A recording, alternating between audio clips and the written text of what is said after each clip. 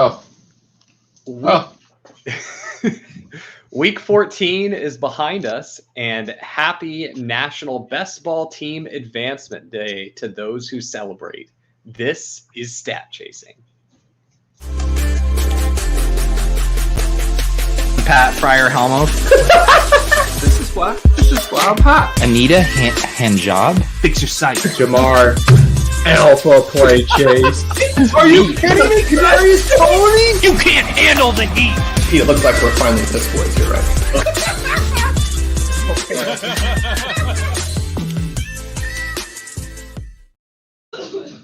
We've been waiting all year for this, Drico.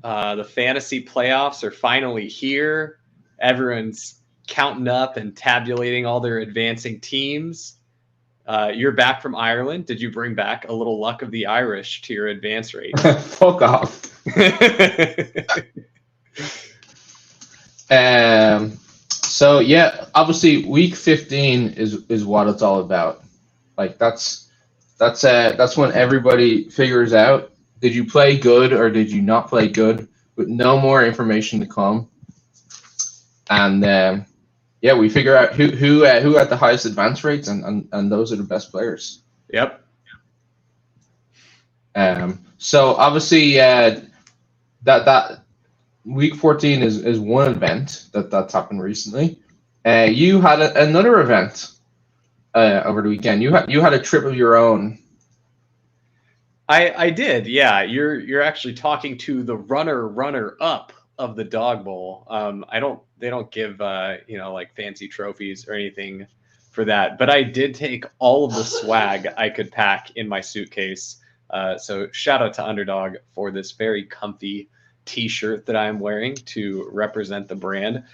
Honestly, I feel like I need to give them a little plug because I went to the DraftKings live final at King of the Beach as a guest with Jay Fresh a couple weeks ago, also in Miami.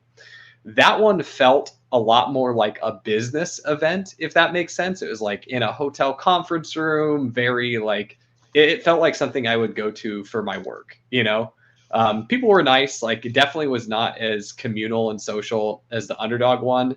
It was cordial. Yeah, certainly.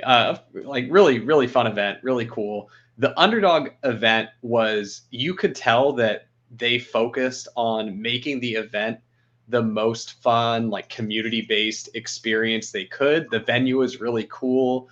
It was a really cool little sports bar. Had good food, open bar. Yeah, it was definitely a good time there. I thought the coolest thing was at the DraftKings event, it was like when your teams got dusted, like a lot of people just left. And like the sweat was for sure not communal. It was like everyone had their own little, pod. It was them and their guests or maybe someone they knew, and they were sweating their own teams. And then once they were dead, they were out of there.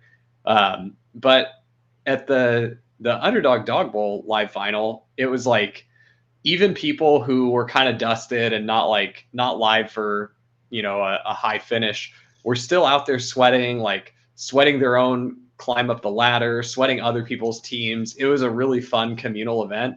And I mean, people always say like, oh, the community that we have here is like, that's what's really good about it. But like, honestly, it is. It was a really fun time to meet everyone in person and just get to hang out. I was surprised how many people there were not in the Deposit Kingdom Discord. I mean, it was basically an unofficial Deposit Kingdom meetup. But there were like 3 or 4 people I talked to who, like, they knew me from Stat Chasing, but they were like, oh yeah, I'm not in the Discord. It's like, you need to fix that. Like, so if you're one of those people and you're here watching Stat Chasing, but you're not in the Deposit Kingdom Discord, let me just give a little brief plug for the Discord. So when you're on Twitter as a form of social media, it's kind of like you're screaming into the void. And then every once in a while, the worst people you could imagine show up to interact with you. And that's why I'm not a huge fan of Twitter. But Discord is way more like tight-knit community based. It's kind of like being in a social club. And so the Deposit Kingdom Discord is really nice because everyone there has shared interests. We're all sickos that are way too into fantasy football and drafting and best ball. And lots of really great people there sharing tools or sharing advice or giving away alpha. So if you're not in the Discord, I would highly encourage you to download Discord, get in the Deposit Kingdom channel. I think we've probably got a link for that in the show description or something like that. But anyway, that's my plug. There is there's definitely a link to the Discord in the show description. I remember a year ago, when I went on ship chasing, they said, here's the guys from the what you call it, the sister channel. Welcome to the flagship. And now here we are saying we're saying, if you don't know about these guys, you should check them out. Yeah, I was just surprised that there were people that watched the shows and weren't in the Discord, but I get it. Like, some people, Discord just might not be their thing, or they hadn't stumbled across it yet. So wanted to It's a technical, a logical leap for some people. Yeah. That is highly worthwhile. Yeah, I would definitely agree. Have made lots of cool friendships through the Discord. Really looking forward to the next meetup that we get to have, whether that's another live event or drafting in Vegas for next year's best ball teams. Yeah, for sure. So let me add our first chart. So obviously it's week 15. We've been doing this for almost 4 months now. But quick description of the chart. We've got adjusted yards per attempt, which is like yards per attempt, but it rewards touchdowns, punters, interceptions. We've got touchdown rate on a vertical axis, and then the size of the bubble corresponds to rushing yards per game. And then the other sort of heavy caveat that we give with this chart is that it's an efficiency-based chart. And the sort of like idea behind that was that a lot of quarterback scoring is down to good efficiency and passing efficiency and rushing production, because you have a quarterback, he throws 3 touchdowns, very efficient, lots of points. But I guess what we sort of like that we've sort of come into is that we have seen quarterbacks who are efficient, but they don't have a lot of pass attempts, and so that is, I guess, that is the sort of like caution against somebody like Russell Wilson, who has been efficient, but not enough attempts to truly be a fantasy star. He's been okay, but not as good as sort of this chart would suggest. And then the other thing worth pointing out is, so obviously most of the season is done, and I guess we do want to be able to help people with their start-sit decisions, I guess where possible in sort of high stakes FFPC stuff. But the main actionable thing that we can do on this show is the best ball is the playoff best ball stuff, and so that's going to be our heavy focus from here on out. Yeah, definitely. We'll put a little bit more of a playoff best ball spin. Especially Underdog just dropped their Gauntlet last week, and they dropped the mitten and the little mitten and the big mitten this week. So those are all really awesome contests. Some of my favorite fantasy football formats to play. So if you haven't dipped your toe into that format yet, I would highly recommend it. It will almost certainly be your, if not your most profitable, it will definitely be the format where you have the largest edge, because all it takes is a little bit of education and you will immediately be better than a large amount of the field. There's a lot of people that don't understand the format. And the brutal thing about the format, if you don't understand, is you can preclude yourself from even being able to win the top prizes if you don't know what is going on. And so that's why I really like the game. If you don't really understand the strategy behind it, you're basically drawing dead from the get-go. So we do cover that over at Leg Up. We've put out a free podcast over on the Leg Up YouTube channel and the Leg Up podcast feed. We just dropped our first premium podcast on the playoff contests this week as well. And we are going to have another one coming later this week.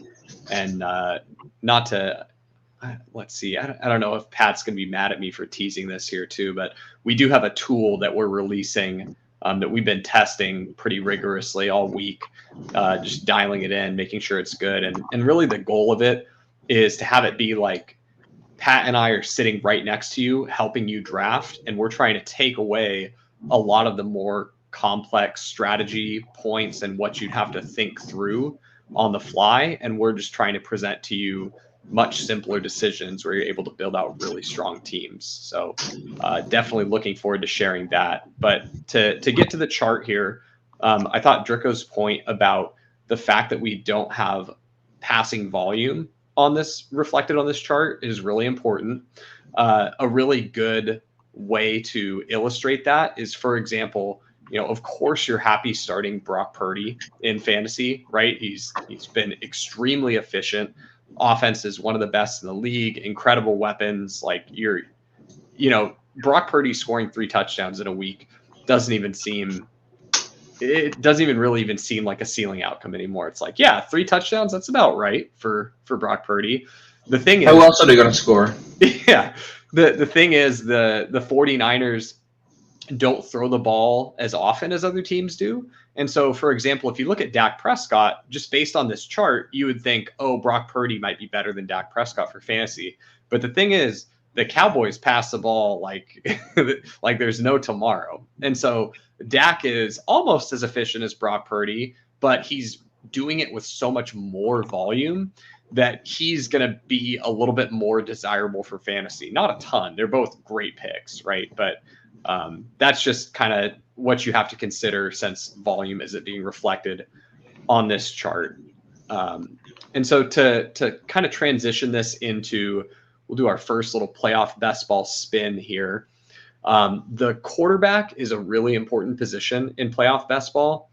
And it's really because you don't want to allocate a ton of capital to it. So you want to make the quarterback or quarterbacks you pick really count.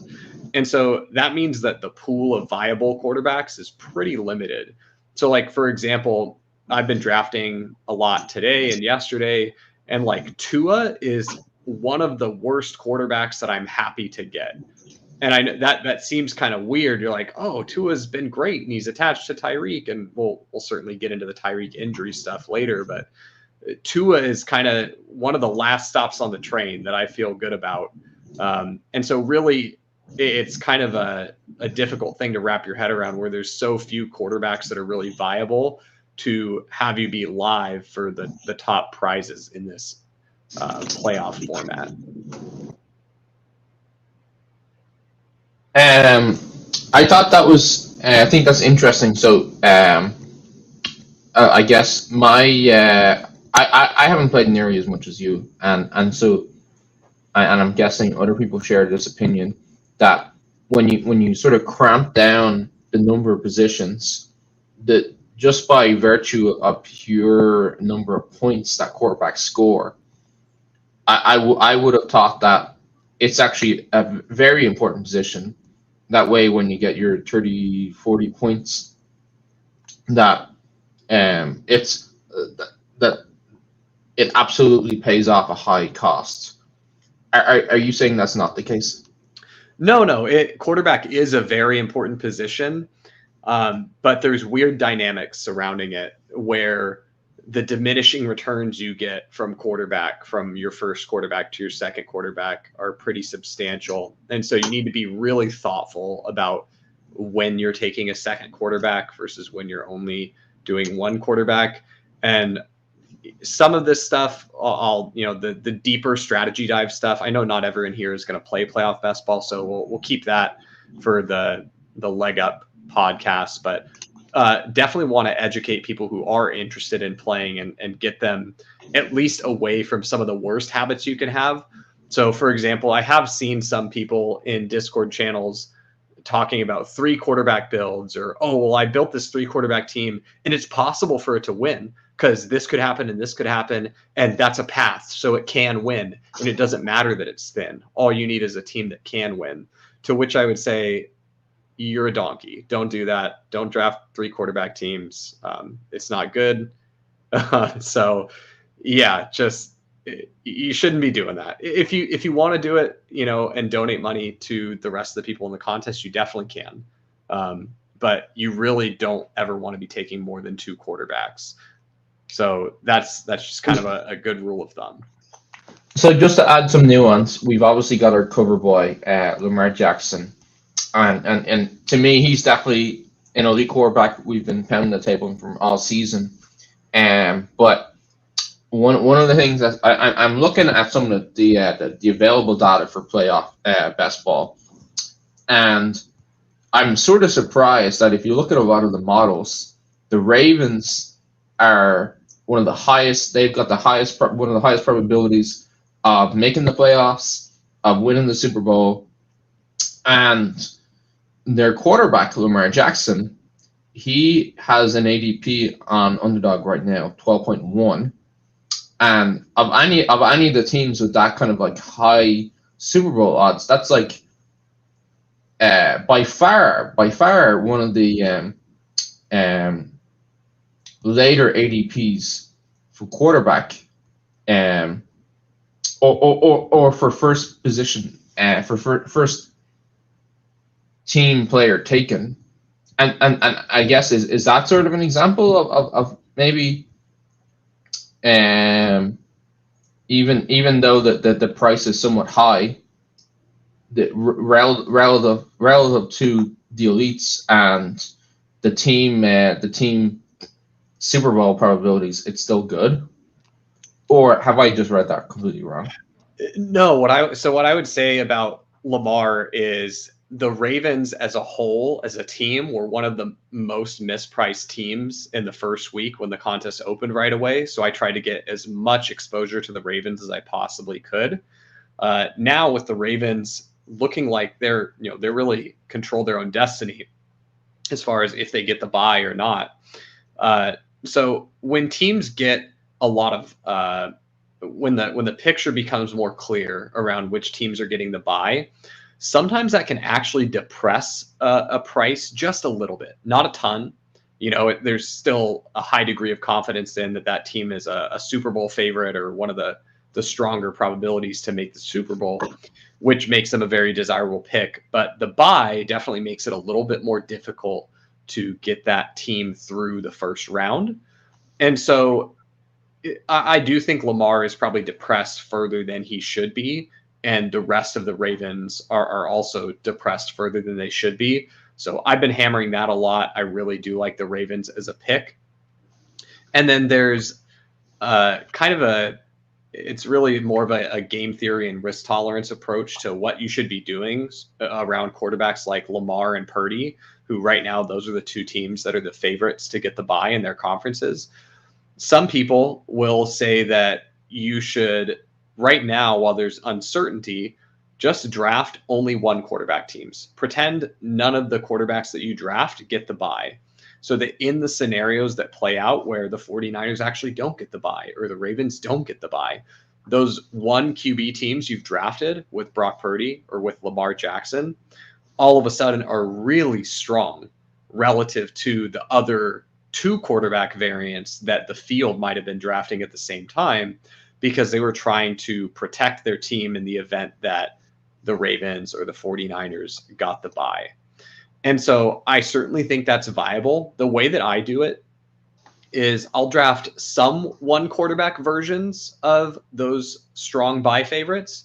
And in certain lobbies where I'll get falling value on what I think are good second quarterbacks to take to help try and get me through that bye week, that's when I'll make the decision to say, this is going to be a build where I do draft in the scenario that the Ravens get the bye. And so I'm going to take Lamar with a second QB, or I'm going to take Purdy with a second QB. So that's a little bit of the thought process you want to be going through when you're determining, do I take a second quarterback or not? Got it. And speaking of second quarterbacks, and particularly with the teams where your first quarterback, you're pretty confident that they will get the bye, or reasonably sure. Um, One of the things I wondered about was at this point with the more marginal playoff hopes still being very much in play. Um, are you just sort of leaning into that?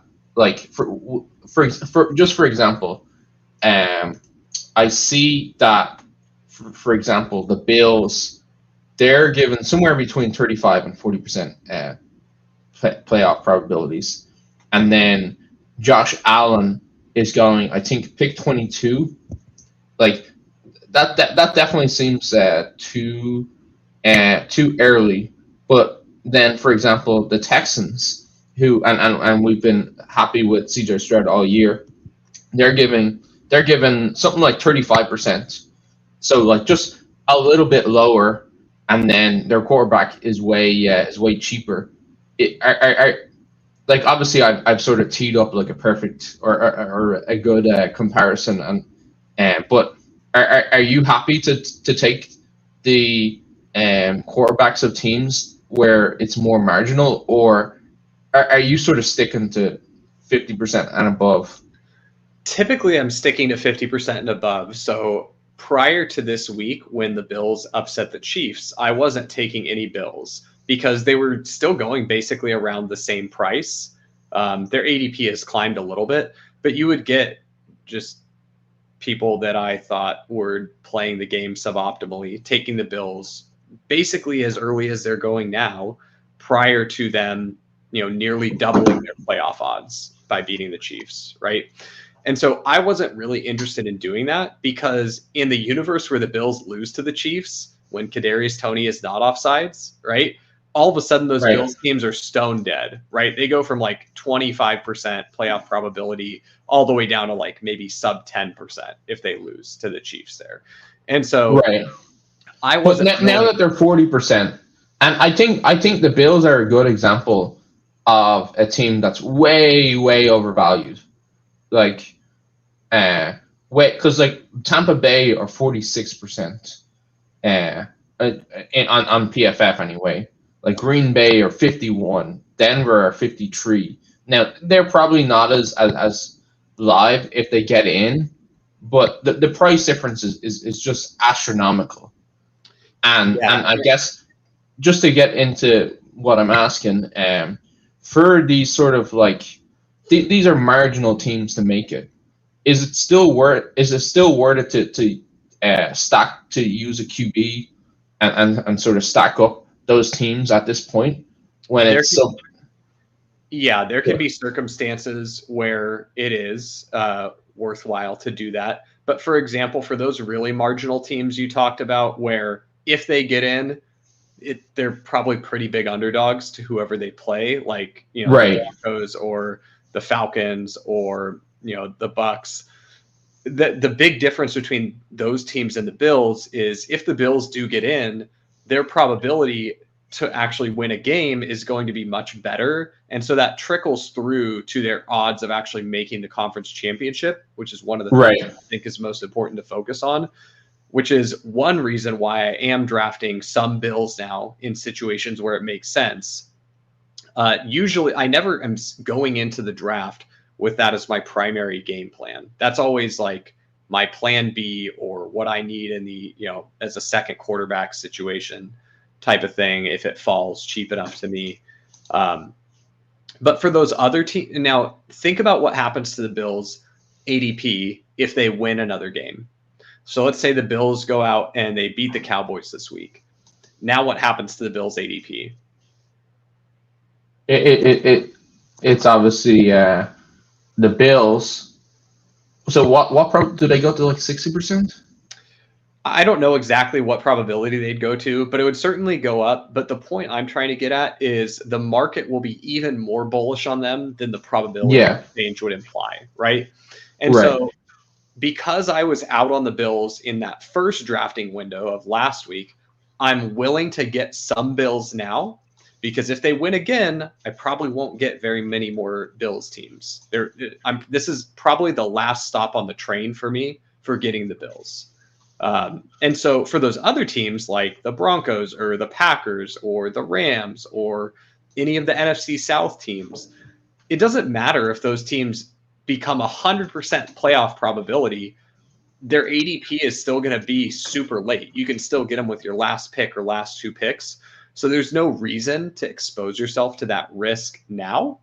You can just wait out the uncertainty there and get the exposure that you want in your portfolio later when there's more certainty. Whereas you can't really do that with the Bills and get some of the combinations that you'd be able to get now.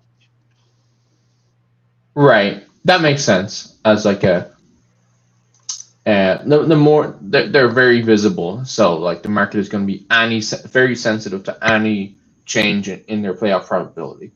Whereas you can probably wait for one of those teams, marginal teams, to get to 70% and the price won't change, was what you're saying. Yep. You can wait till you see it. That makes sense. That makes sense. So, like you said at the start, you're focusing on the players with 50% and above, with a nuanced exception for the Bills, and I guess that just sort of narrows down the pool a good bit, and not a lot of not a lot else to it, is there? No, yeah, we don't have to stay on the playoff best ball topic for too long, because I know there certainly are going to be some people here that are really just interested in, start sit information or DFS or things like that. And so really the only stuff I had to touch on the chart, CJ Stroud could miss this week with the concussion. You've also got the Nico Collins injury. I do think that CJ Stroud is one of those special quarterbacks that just elevates whatever is around him. So while you certainly would dock him a little bit in projection for not having Nico Collins, if he gets Schultz back and he's got Noah Brown and Robert Woods out there running routes, I still think that CJ Stroud, I just think he's good enough that he's going to make it work. Just like now, this might come across as a little bit aggressive of a comparison, and I don't hear what I'm not saying, but what we've seen from Patrick Mahomes this season, where he has no weapons whatsoever outside of Kelsey, right? And he's still kind of making it work. There's a lot of games where he doesn't put up a fantasy performance you're super excited about, but he's at least doing halfway decent. I think I kind of look at Stroud as like a little mini Mahomes, like we're not the injuries to his weapons. It brings down the expectation a little bit. It does. The expectation should still be high. Yes. So you might miss him this week, but I would still say that there's going to be a lot of situations where you're looking at Stroud versus whatever other quarterback you could start over him. And I'm probably going to, in a lot of those situations, I'm going to be leaning towards Stroud. So just wanted to put that out there. So I know we said we were going to move on from playoff best ball, but I have a really dumb question I want to ask you. So you're talking about teams that have sort of consolidated their playoff probability and then could actually make noise once they get there.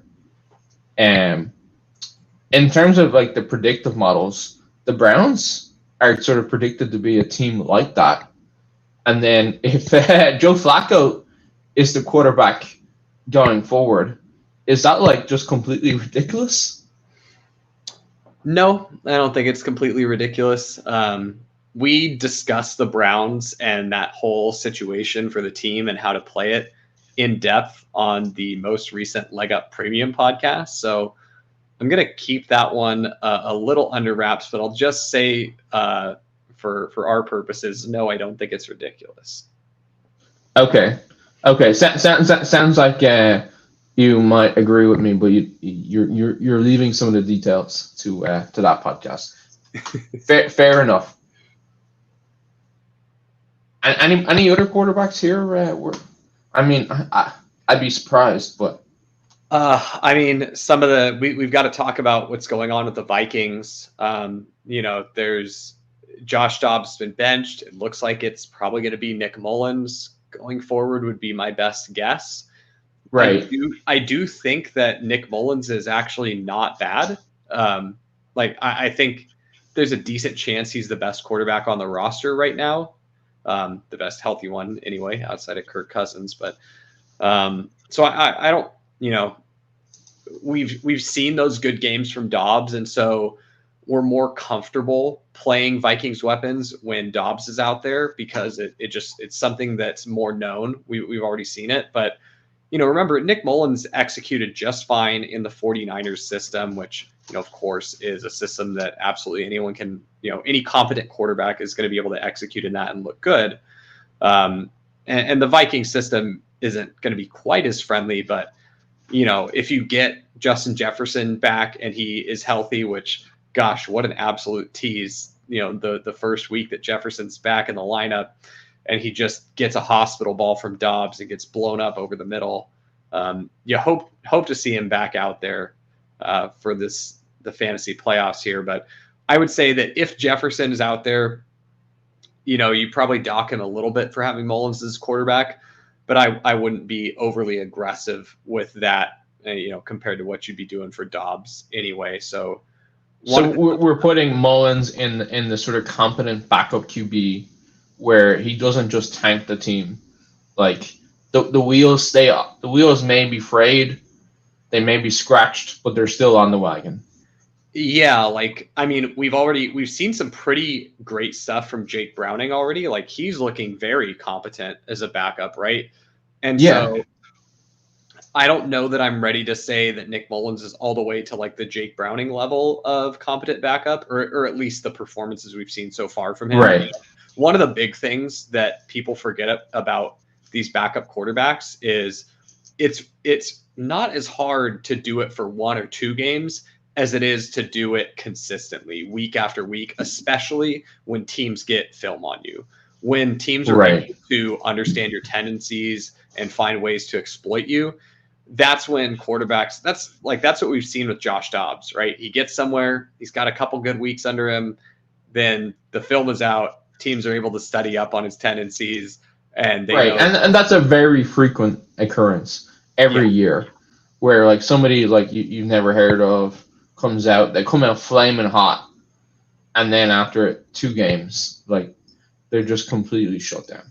Yep, the tape's out, no more secrets. So the really good quarterbacks are the ones that are able to do that consistently week after week. So I still think it's probably too early to say that definitively about Browning. And we've got, a low level of confidence that Mullins is going to be competent. But if I were going to place my chips on a bet, I would say I'd be more willing to bet that Mullins is in the competent category than, being in like the Bailey Zappi category. Although Bailey Zappi had a couple nice looking throws on that Thursday night game. I mean, granted, he's still just abysmal on this chart. Like he does not look good, but even Bailey Zappi can run hot every once in a while. Right. They're NFL players. Yeah. These guys are in the league for a reason. It's not just you or me coming off the couch. Like, I think I can throw it like 10 yards. Like, no, these guys are some of the best athletes in the world. So when they get trying really, really hard for a very long time. Yeah. So anyway, I don't think there's you got the Geno Smith situation. From what I've heard, he should be able to be back and healthy. It was just a little 1 week stint from Drew Lock. But yeah, I mean, if you're in a situation where you're having to do a start sit with Geno Smith, that's going to be a tougher one, in my opinion. Like, so let's just say hypothetically, both Jake Browning and Geno Smith are healthy next week. Who are you starting, Geno Smith or Jake Browning? I think you still go with Geno Smith. Just my opinion. Fully healthy. It's like you said, with the Bengals doing the screen game thing, and then mixing it up with some good throws too. Like it definitely feels like a dumbed down offense to go with the strength of a limited quarterback. That is something that NFL defenses are going to be able to figure out. So, and then Geno Smith, he does, obviously he's had his struggle games too, but I think he's had a longer sample size of good performance as well. And so that, I guess, putting aside recent results, I would prefer Geno personally.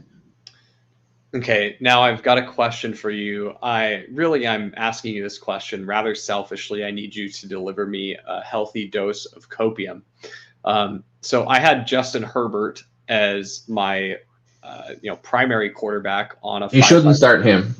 Yeah, he was my primary quarterback on a 5-5-5 team that I managed to advance. The team looks pretty good, almost no injuries outside of Herbert. I think it's got Corey Davis on there, and I want to say those are the only 2 dead roster spots. So it's got CMC, Pollard, Mostert, Mike Evans, Keenan Allen. Like it's Zay Flowers. It's studded. Yeah, team looks strong. The only downside is my last remaining quarterback is Desmond Ridder. So I need Desmond Ridder to make it through a 5-5-5 playoff gauntlet. Now, for those of you that aren't out in the 5-5-5 streets on DK, the advanced structure is a little easier to get through. In these playoff rounds, I want to say it's 1 of 6 and then 1 of 5, and then the finals is 1 of 29, I think. So can Desmond Ridder drag my 5-5-5 team to the finals and win me $1 million?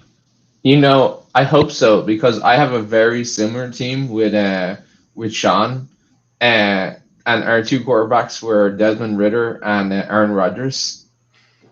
And it's somehow, like, if the team overall is good enough to have gotten through to the playoffs with Desmond Ridder as the only quarterback all year, and it's like, just give me a couple more weeks. I mean, he threw. Was he the passing leader this week? I believe that he was. I don't know. Yeah, I think he was, in fact, the passing leader this week. Drake London went absolutely nuke. So, yeah, I would just like to put in my request. I would hope so. For Desmond Ridder one time for all the he was passing yard number 2. And Brock Purdy had 368. Ridder had 347. And then Will Levis had 327. Yeah. Now, I've got another fun one, some major copium required for this one as well. I managed to sneak a BBT team through on FFPC just by the skin of my teeth. Now, it does have some quarterbacks, but this team has been tilting me all season because I had gone on vacation this summer. I was doing this draft with a couple buddies, and I said, hey, I'm on vacation. So like sometimes I might not get to the queue in time. I need you guys to make sure we're on top of it collectively so we don't auto draft anything. We make it to the last 2 rounds, no auto drafts. We're doing good. We've got some guys in the queue. I think we had, we had Tutu and Puka in the queue. Unfortunately, we get auto drafted and Tutu was higher than Puka. So we took Tutu. And then I take Puka out of the queue because I'm like, all right, that's enough dart throw at Rams wide receivers. We'll ride with the 2-2. Right. Pick. You don't need a second one. Nope. And so then I managed to miss that last pick, that 20th pick. Wasn't able to make it to the phone in time before I got auto drafted. And Ryan Tannehill got auto drafted. We didn't have a queue set. He was just top of the ADP. So we've got a Ryan Tannehill team on. It has no need for Ryan Tannehill whatsoever. It's got 2 functional quarterbacks. I think it's like Dak and Tua or something. And so what I'm asking you here is, Will Levis kind of hurt his shoulder during that game. He dropped a shoulder when he was rushing and tried to bowl over a defender. So do you think this the one with Ramsey? Yeah. Do you think that there's a chance that Will Levis gets himself knocked out of the game and Ryan Tannehill could be the guy that I need to take down the BBT?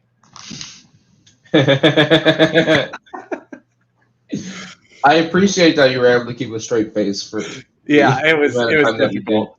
I'm trying to cope with the stupid Tannehill auto draft that probably should have been Puka. But anyway. I mean, if it makes you feel any better, imagine that it was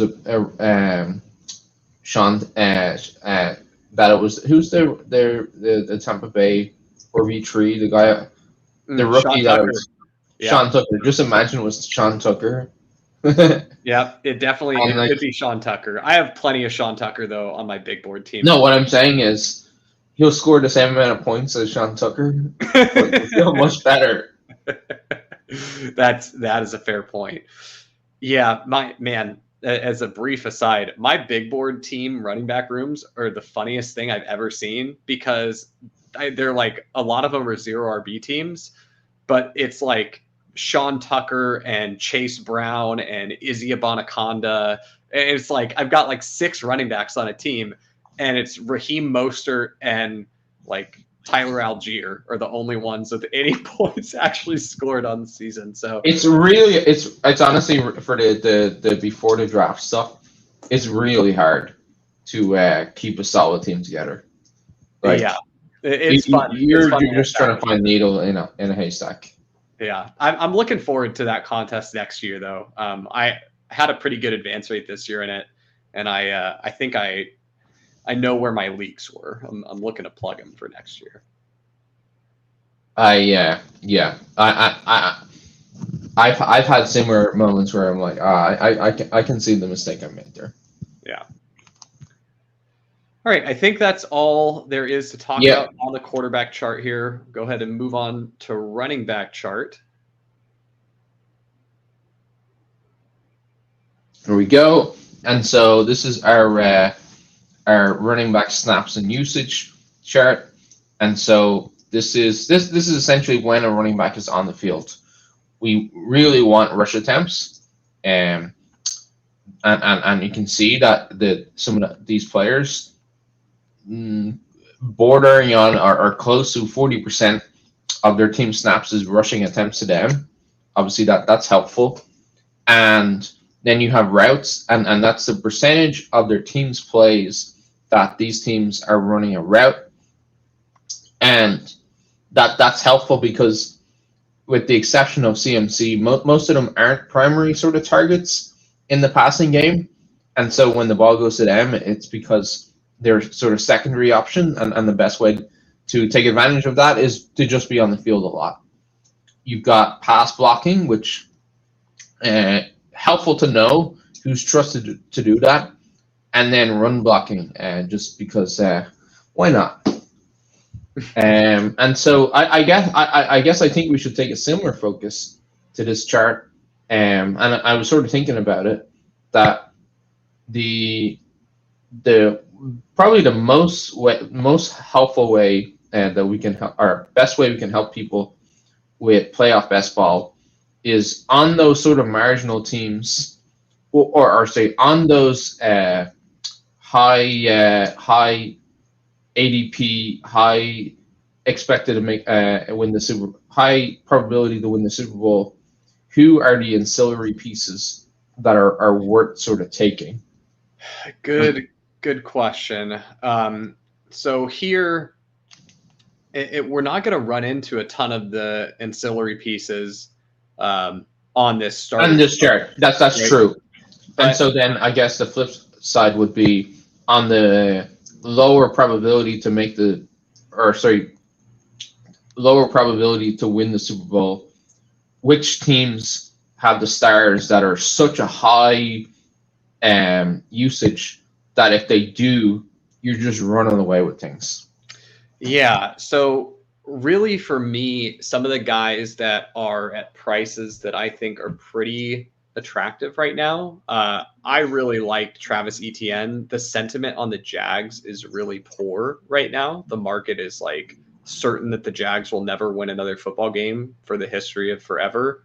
Now, right. I don't know if you've heard, but Trevor Lawrence is mangled beyond any. Right. He may never walk again. Yeah. No, he's never going to. In fact, I believe that Shad Khan petitioned the NFL to allow Trevor to play from an electric wheelchair for next week. So we're seeing if that's going to work. But no, in all seriousness, what I'm looking for are teams with really high playoff probabilities. Like the Lions and the Jags are basically locks to make the playoffs. And now, earlier, the Lions were going a little too expensive. Now they've fallen down a little bit.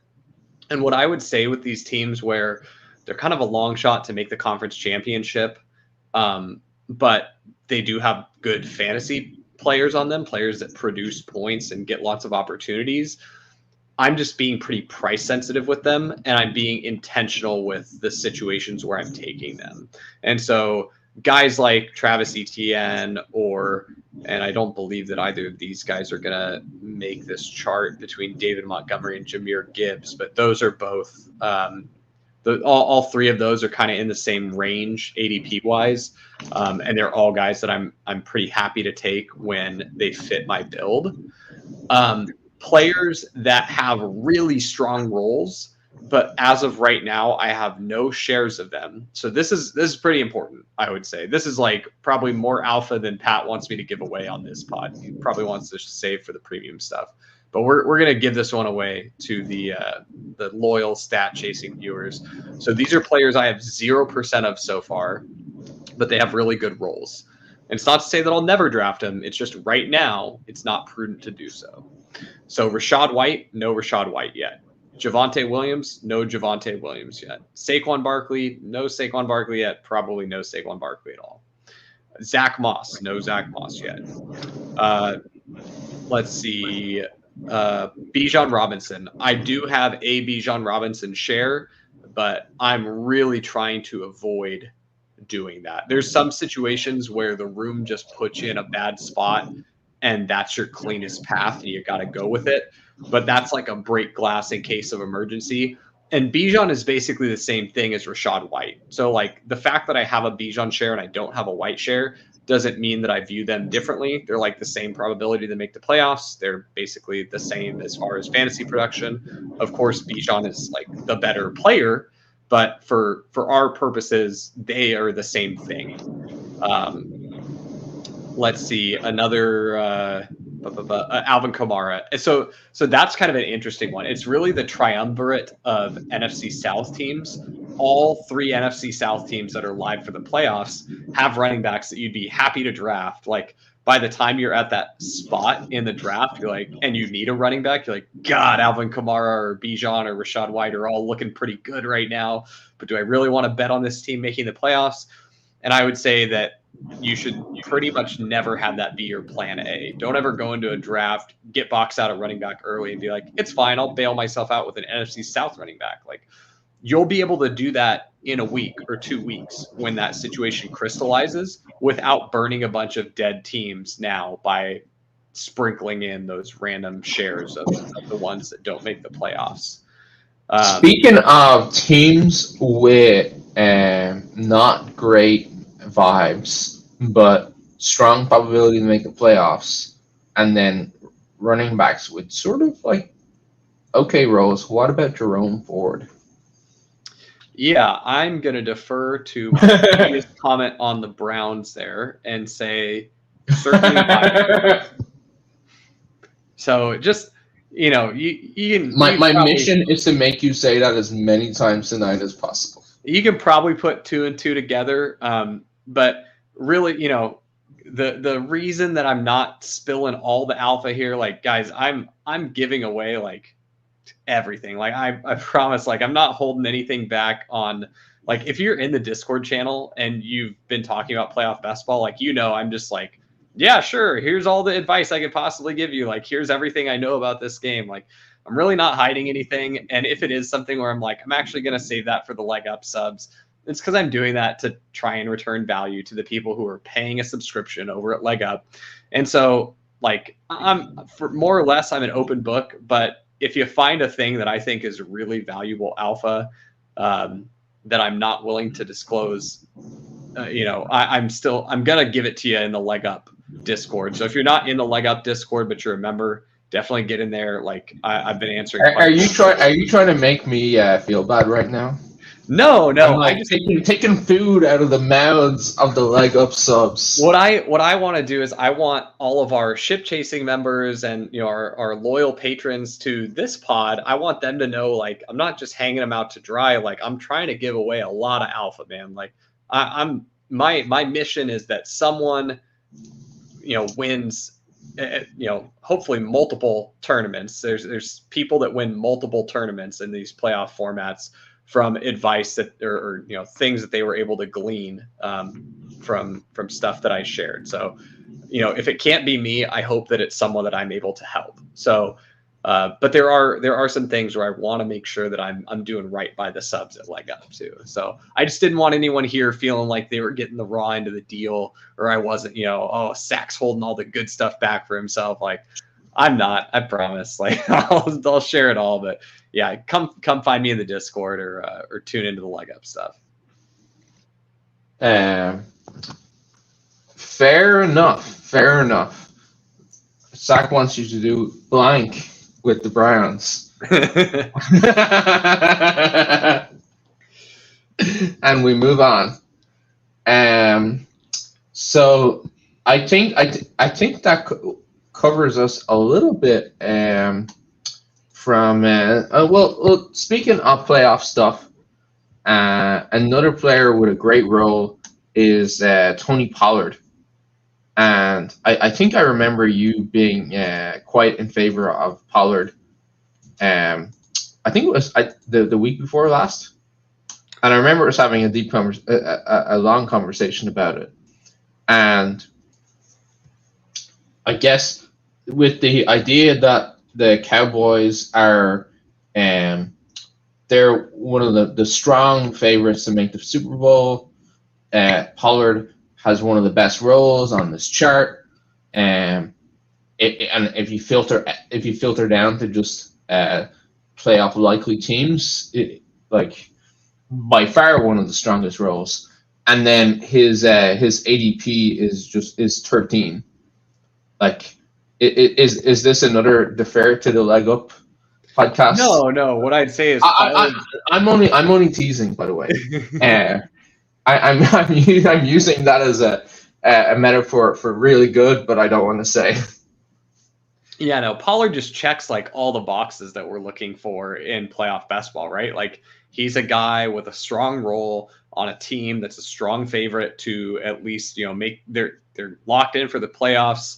They've got good probability of making the conference championship. Their first round matchup looks like it should be, like, regardless of how the playoff. It'll be a shit team.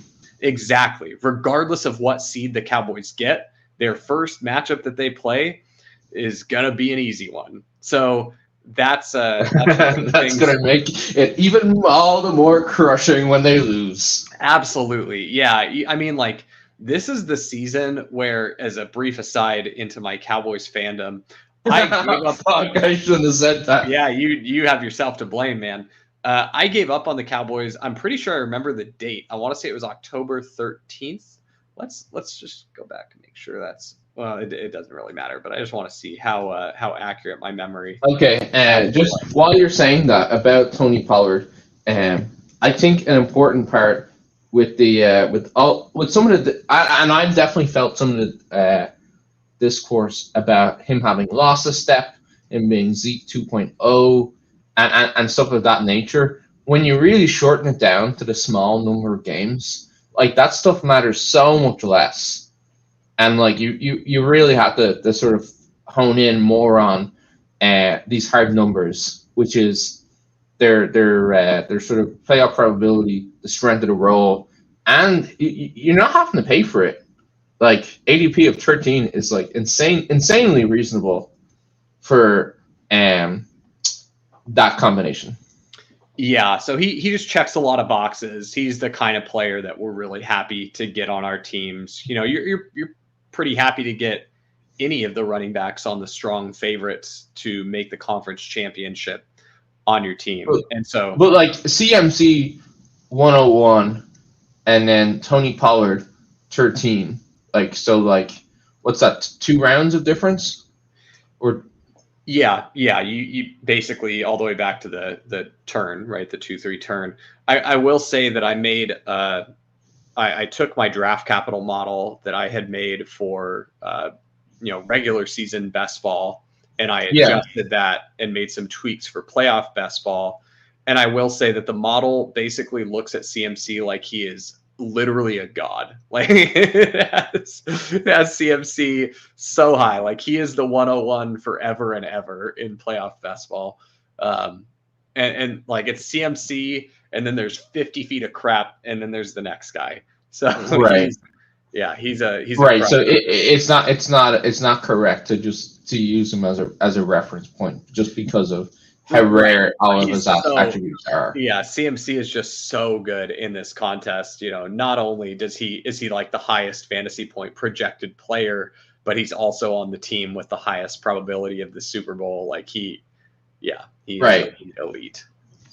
But I mean, if you look, okay, you've looked down the other way. You've got Devon Achane at pick 19, Swift are at 19.2. I guess that's another way of saying how much like it running back sort of thins out, which it is supportive of the value there. Yep. Yeah. Exactly. Yeah. Before, if you don't have a running back early in these contests, you find yourself, staring down the barrel of a Rico Dowdle or an Elijah Mitchell or something like that at the end of the draft, or you're trying to talk yourself out of Rachaad White or Bijan Robinson because you're like, Zach told me not to take these guys yet, but I really don't want to just have Elijah Mitchell and Rico Dowdle as my running backs. It's like tough shit, man. Like you made your bed, now lie in it. Right. Yeah, your probability is already low. If you want to take Rachaad White, you're lowering the probability to make yourself feel better. Yeah, exactly. It feels comfier, but you're going to be probably losing money in the long run playing it that way. So,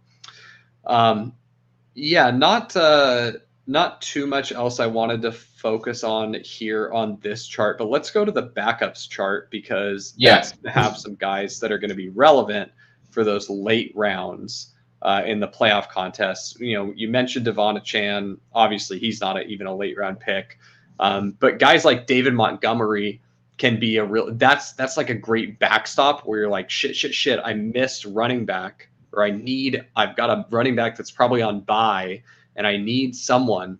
David Montgomery is like oftentimes one of my break glass in case of emergency running backs where do I think the Lions are going to the Super Bowl? No. Do I think they can make the conference championship? Maybe. Like we've seen this team play good football, right? Like they beat the Chiefs earlier this year. Someone just has to get hot.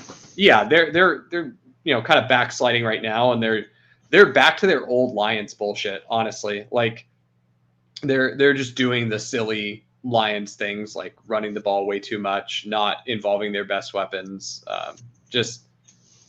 being right. Right. But we know that they can win, and so a guy like David Montgomery can be really valuable in this contest. I got a gross one for you. Here's a gross one that you have my blessing to draft. You ready for this one? Okay. Ty Chandler. So Ty Chandler in playoff best ball. Yep. So you're because like I was gonna say you're really hoping for the injury to Alexander Mattison to sort of drag on, but there's also and it's a small doubt. I think this is a small doubt where during his injury, even if Mattison returns during the playoffs, that how do I forget? Ty Chandler is playing so well that they just say to Mattison, "Now we're good." Exactly. I think though that he really has to play very well. Now he's been playing good for sure, but I think you have to see some like pretty spectacular stuff, for them to just because it shouldn't be a surprise for them if he plays very well, because he has been. But maybe maybe it will be. I guess all I'm saying is, so like, don't recognize that for sort of like one of the possible outcomes rather than like an inevitability. Right. Yeah. This is not me telling you to go load your bags up with Ty Chandler. This is rather me saying that Ty Chandler is probably a better pick at this point right now, this week, with the probabilities that we have, than Rachaad White or Bijan Robinson or Alvin Kamara. Just because, let's just say you went drafting your portfolio and you always found yourself in a bad spot where you needed one of those late NFC South running backs, and you drafted them at random, and you end up with an even distribution of all of them. Well, that means about 66% of your teams are going to be dead because you took the wrong running back on 2 out of 3 of them. Whereas Ty Chandler is like north of 70% to make the playoffs.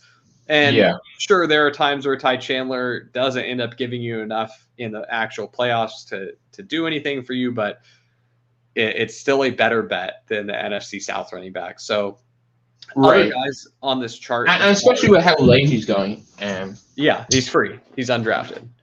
So like at that spot, you like somewhere between 5 and 10. It's not what you want, but it's fine. Right. It's not the end of the world if you get stuck with Ty Chandler as one of your running backs. But there's lots of guys on this chart that are guys that I'm interested in for playoff basketball, like Jerrick McKinnon. All of a sudden becomes interesting, Right. Maybe we get playoff Jet again, and he does the McKinnon things, or he's catching little shovel passes for touchdowns, and Pat Mahomes is doing the backyard football stuff. And God knows the Chiefs need weapons, right? And right, would it be the most surprising thing to you if we get to the playoffs and all of a sudden Jerrick McKinnon has his same role that he had when he was healthy? Zero shock, right? Like because zero. The Chiefs already did this. They already showed us, like, Jerrick McKinnon is old. We need him to have fresh legs. Like, he's so close to dusty that last year we saved him the whole season, and he still got dead legs like halfway through the playoffs. So they're like, we got to extra save him this year.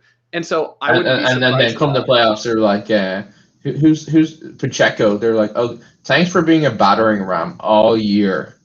Now you can take a rest. And what I think is going to happen is I think that Pacheco's still going to be the running back 1 on the team, but I think that McKinnon can certainly cut in and get a little more work than he has seen, and he can get those high value touches.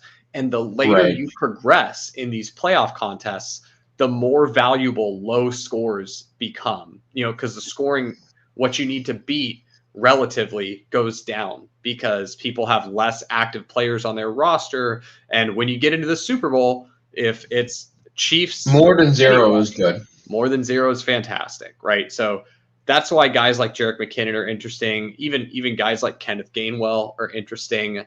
I'll tell you, if the Bills keep winning, I'm gonna have a Latavius Murray share or 2.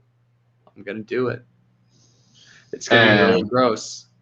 Speaking of gross plays on high probability playoff teams, when any interest in any of the Ravens guys? Oh yeah, interest in both of the Ravens guys, and twice on Sunday. I have a Justice Hill share already. The Ravens are so good that any piece on the Ravens is valuable. And that's something people have trouble wrapping their head around. Like, they want to take the player, like when you get to the last round and you're staring down like Justice Hill versus Bijan Robinson, like no one wants to click Justice Hill, but I'll tell you, Justice Hill is probably right about the same level of value as Bijan Robinson right now. And if you're playing for a scenario where the Ravens make the Super Bowl, he's a lot more valuable.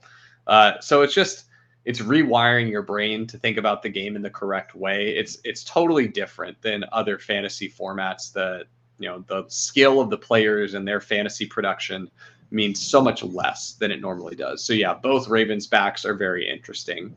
But I believe on this backup chart that those all the ones that we've touched on now are the ones that I'm interested in. So you've said both Ravens backs. Are you excluding one of Hill and Keaton Mitchell and Gus Edwards? Yeah, normally I'm excluding Hill. I'm taking Keaton Mitchell and Gus Edwards on the majority of my Ravens teams.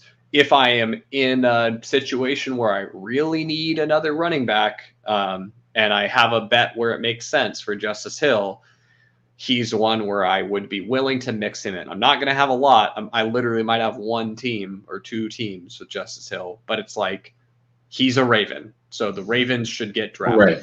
And same thing with the 49ers. Like Eli Mitchell, done nothing all season. Guess what? He is a 49er, so he is now draftable. Right. Or if you mentioned Kenneth Gainwell, Kenneth Gainwell feels like super similar to Justice Hill. Yeah. Same. Like name brand Justice Hill. Yep. Exactly. And nobody else here we're talking about. Well, I guess maybe it's worth diving into like Achane. What he did. It seemed like Achane played a lot more this week than last week. So let me just confirm that that's the case. So Devon Achane in week 14. So he played 29 snaps. And so Monday night, he only played 42% snaps. Yeah, what I'll say about Achane's usage is he played about the same percentage of snaps, but when the snaps came was different, right? In the previous week, all of his work came when the game was out of hand. They rested Mostert, and it was kind of like I think Gretsch called it extended preseason for Devon Achane, right? Just get back, kick the tires, make sure everything feels good, get you some work, get you back in game shape, and get ready for the playoff push here. And then in the game that mattered last night, he was getting work all through the game. They actually, what was really interesting to me is the Tyreek Hill role was occupied by Achane and a mixture of Berrios and Cedric Wilson. It was like it was the most Moneyball thing I've ever seen. Is like, well, we can't, have anyone step in as a 1-for-1 replacement for Tyreek Hill, but we can recreate him in the aggregate. So Achane, you're the fast Tyreek Hill, and Berrios, you're jet sweeping gadgety Tyreek Hill, and Cedric Wilson, you're downfield Tyreek Hill, and with your powers combined, you're all 70-ish% Tyreek Hill. Yeah, worthless.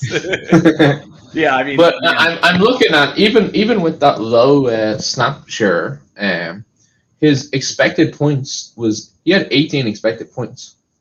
Now he's RB3 in playoff best ball, so not really talking to the market there. But I know I've definitely heard like sentiment as like, hey, why is Achane's projection so high? Why do people like him so much? Like, even though he's not the starting running back, but it does seem like he's got like a particular role now, and I guess especially with Tyreek out, that like it's not even right to call it I'm not sure what I'm trying to say. It's different. It's an unusual role, but it still scores points. Yeah, it's the most efficient rushing offense in the league, right? And it's honestly very similar to the San Francisco system. And so you've seen this before with backs like Devonta Freeman and Tevin Coleman. Like, you can have two guys that do really well in that offense. They both can be viable fantasy assets. And then it just so happens that you have such an electric offense that scores so many points. And really, I mean, as an aside about what Tyreek Hill does for this offense, gosh, the contrast between the Dolphins with him on the field and without was pretty stark. I mean, I know that it's a long shot for Tyreek to actually win MVP, but I feel like last night was the best case you could have that Tyreek is the MVP in the league, because you saw that Dolphins team go from like absolute nightmare for a defensive coordinator to deal with to, they looked very mortal without Tyreek on the field.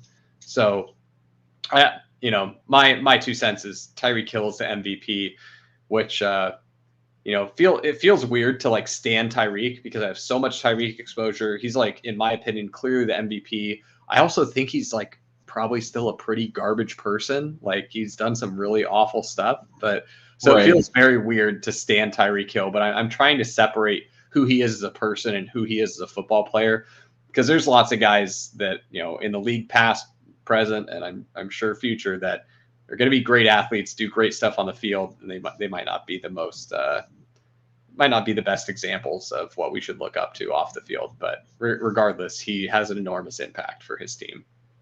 Yeah, and that definitely notable. And we're speaking about through the lens of fantasy football. It's honestly it's a worry for me with some of my. I've obviously had heavy Dolphins stacks and exposure. It is a worry for me that if they can't figure out the Tyreek stuff, that like it could be that the Dolphins offensive stacks go from like high advance rates to the playoffs that are just like landmines in the playoffs. Yeah, what I'll say to that, and you can move us on to the next chart while I finish this point here, because I know we've taken a little while to get through these so far. But what I think is going to happen next week is, regardless of if Tyreek is active or inactive, this Dolphins offense is going to look a lot better than they did without him on Monday night. And that's because Mike McDaniel is a good coach, and he will have time to come up with a plan. The fact that they were operating off of a game plan where they, of course, you're game planning around Tyreek every week. Like, that's your best player. You should be game planning around him. And so when he's out, all of a sudden you're trying to adjust on the fly. Now they have an entire week where they've got an expectation of, is he going to be active for the game? If he is active, how many snaps can we realistically use him for? And then, like I mentioned, we saw Achane kind of get some of that Tyreek Hill work, running routes out of the backfield or doing some of the jet sweep or gadgety type stuff, where I would anticipate Achane taking even more of that on. They'll probably use a lot of Achane and Mostert on the field at the same time and have Achane in some of that Tyreek Hill role.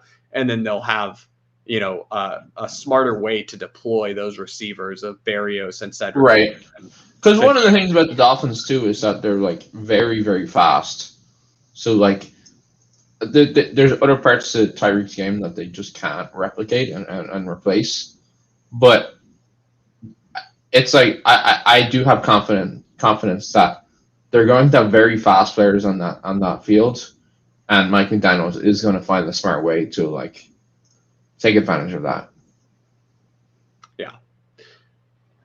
So we're on our running back efficiency chart here, and if you're just now joining us in week 14, I don't know how you got here if you weren't here earlier, but I'll give you the breakdown for what this chart is showing us here. The x-axis is the expected fantasy points for a player based on their opportunities and where they come on the field for rushing, and the y-axis is their expected fantasy points for receiving.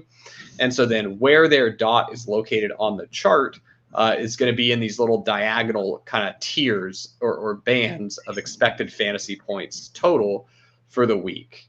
So, for example, we see Kyren Williams here with 20 or more expected fantasy points here. Absolutely elite role. He is in the Todd Gurley role, and he is wearing it well.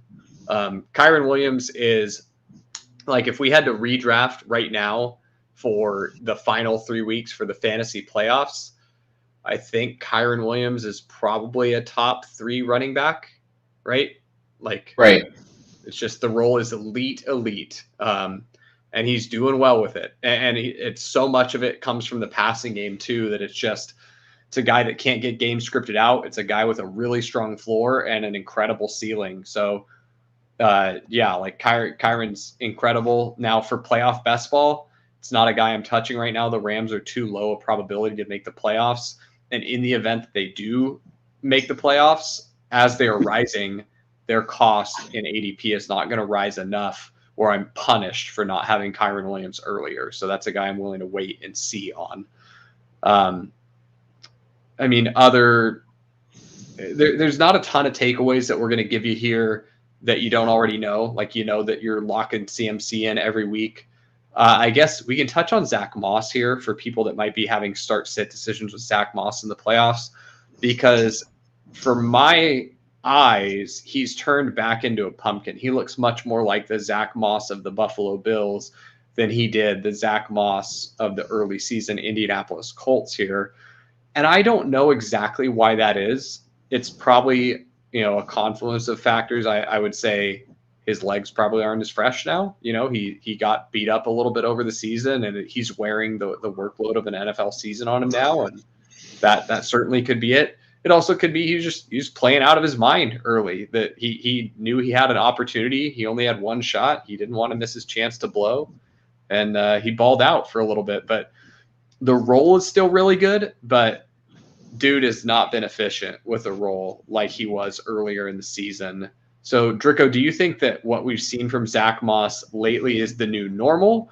Or do you think that the pendulum will swing back towards the middle and we'll get something in between what we saw early season versus the last 2 weeks? I think while Taylor is out, Zach Moss is in the Rachaad White tier of like strong role, not a great player, and will be some volatility there because Rachaad White has had this role all season, but his start to the year was like awful. It was terrible. And so I think those are just games that you have to expect to be in the range of outcomes for players in that tier. And so if it gets more interesting, like I think that probably the most interesting start sit decision might be like Zach Moss or Kenneth Walker. And like it's like that's probably where it's sort of tricky because Kenneth Walker is like it is really good, but then you never know when his like his what's going to happen with his role and all that sort of stuff. But I think anybody better than Kenneth Walker, you're without any question starting Zach Moss. But anybody worse, like I'm starting Zach Moss over Chuba Hubbard, right? Like over, sorry. Yeah, I think so. Chuba's role is pretty good too, though. Chuba's also in the Rachaad White role now, right? There, I think all three of those guys are kind of right. That's fair. I do have a couple that I thought were good, like start sits. And the way I think is going to be the most helpful for people is rather than giving them a start sit for this specific week with respect to the matchup that they're going to be in, let's just kind of do it matchup agnostic. So like, things will change. Matchups are different. Injuries happen. Stuff's going to change over the course of these fantasy playoffs. But just in a vacuum, you want Zach Moss or do you want James Cook? James Cook. Jaylen Warren. Sorry, just by the way, Jaylen Warren. That's what I meant to say. Gotcha. But okay. Let's keep going. Zach Moss or Javonte Williams? And I think that's sort of like it is. Yeah, it's Javonte. It is Javonte. I think that's a really close one, right? Because it's like the Moss role seems like a little more secure. Like Javonte's role is growing and looks really good, and he seems like the better player with more talent and upside. But Moss, we feel like a little bit more confident in projecting volume for him. So I think it's tricky, but I do agree it would be Javonte for me as well. I agree with you there. Here's a I don't know that this one's particularly close, but I guess it might be a decision people have to make. AJ Dillon or Zach Moss? And Zach Moss. Yeah. AJ Dillon has looked a little better lately, but I do agree it's Zach Moss. It's like he won't have the role to be in the he's played himself out of like any chance really of being in the Zach Moss role. Here's an interesting one. Now, granted, we saw this guy get back to his usual check down magnet ways last week, Austin Eckler, but he's also losing work now to Joshua Kelly and Isaiah Spiller. Austin Eckler or Zach Moss?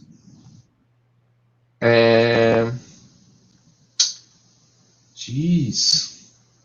How stupid is this game, by the way? Like, if I asked you this on August 1st of this year, you would tell me to get the fuck out of here. Austin Eckler and Zach Moss.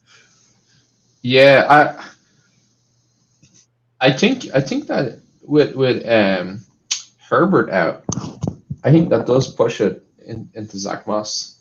It's so gross. I think it's pretty close. God, the Chargers look so bad to me though. Like that's what I'm saying. The craziest thing to me is a lot of people, and myself included, I won't, hand up. I thought that Kellen Moore would do a lot to help the Chargers offense.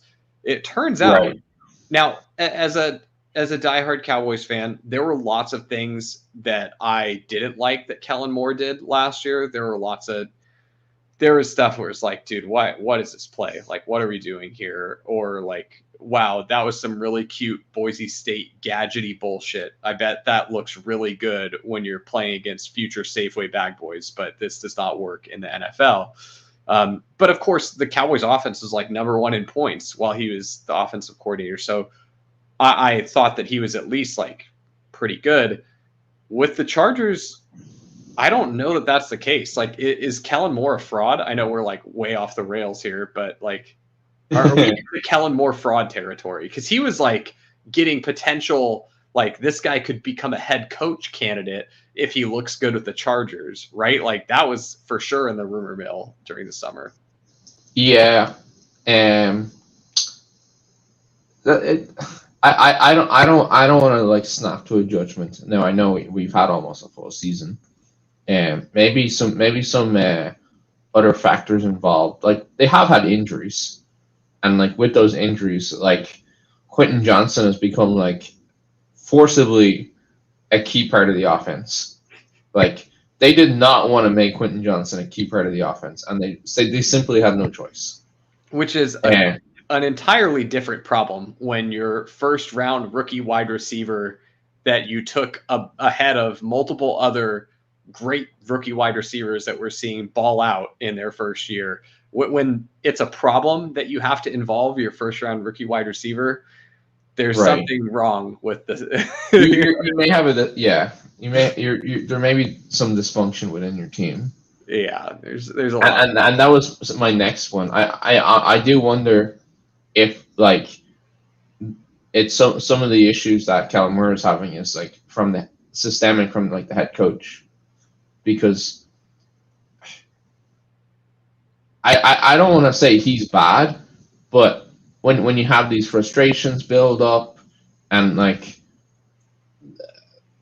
with him happen to like being forced to go from like very aggressive to like just a standard boomer coach, and there to me that is some indication there that like he's not a strong coach where he's like respected and just gets to do what he wants or gets to call command things. And so I wonder if that could be like an obstacle for Kellen Moore to work through. But I think it's certainly true that of Kellen Moore's success in Dallas, you have to assign a good portion of it to Kevin McCarthy, like that we weren't aware of before. Like that's new information. Yeah, and it's so hard for us to evaluate these NFL coaches from the outside looking in. But one thing that I'll say is we should pay attention to when these guys tell on themselves. When they make a decision that we know is a really bad decision. There's lots of stuff where we might not have all the details or we don't understand. We get frustrated when players that we really like or we're excited about for fantasy aren't being used as much as we want, right? Everyone wants more Jackson Smith and Jigba. Why is it getting more carries, right?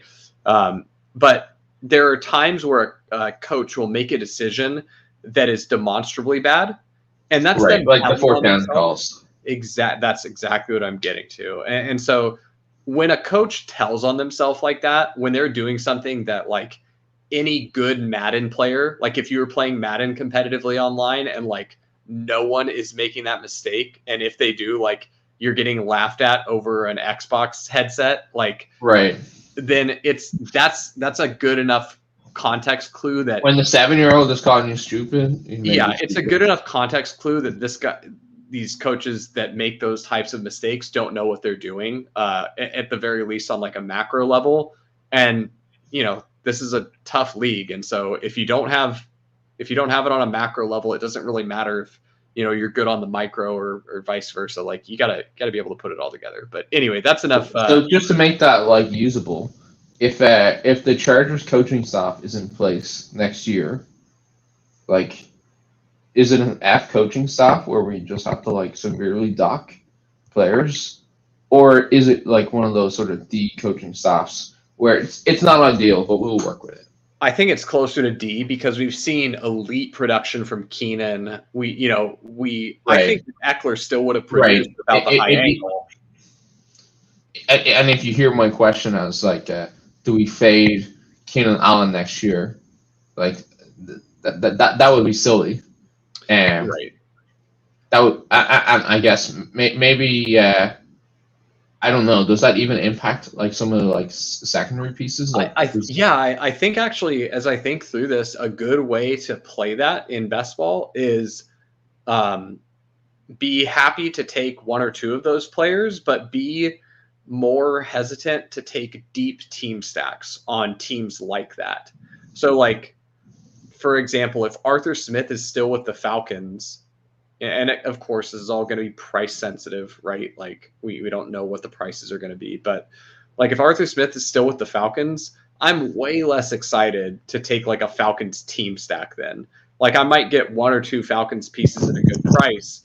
And so, same thing with the Chargers. If it's still Staley there, I'm much less excited to take a full Chargers team stack. I might take one or two pieces, but getting the full, 4 or 5 player team stack is something I want to do less of on those coaching staffs that I think are really bad. And it's got to be at the absolute extremes, right? Because these coaches, they're not on the field. Like Brandon Staley is not out there taking snaps for the Chargers or running routes or anything. Like the impact he has is relatively small, although, it's fun to blame these guys for stuff.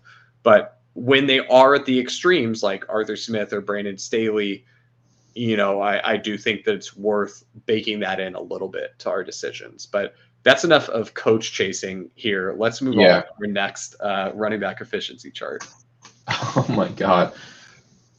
We're slogging through this today. We're like all the way off the rails.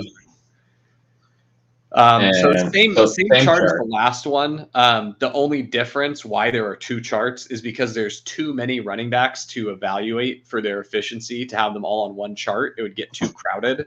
So I just split them up by rank. And so I order every running back based on their total expected fantasy points.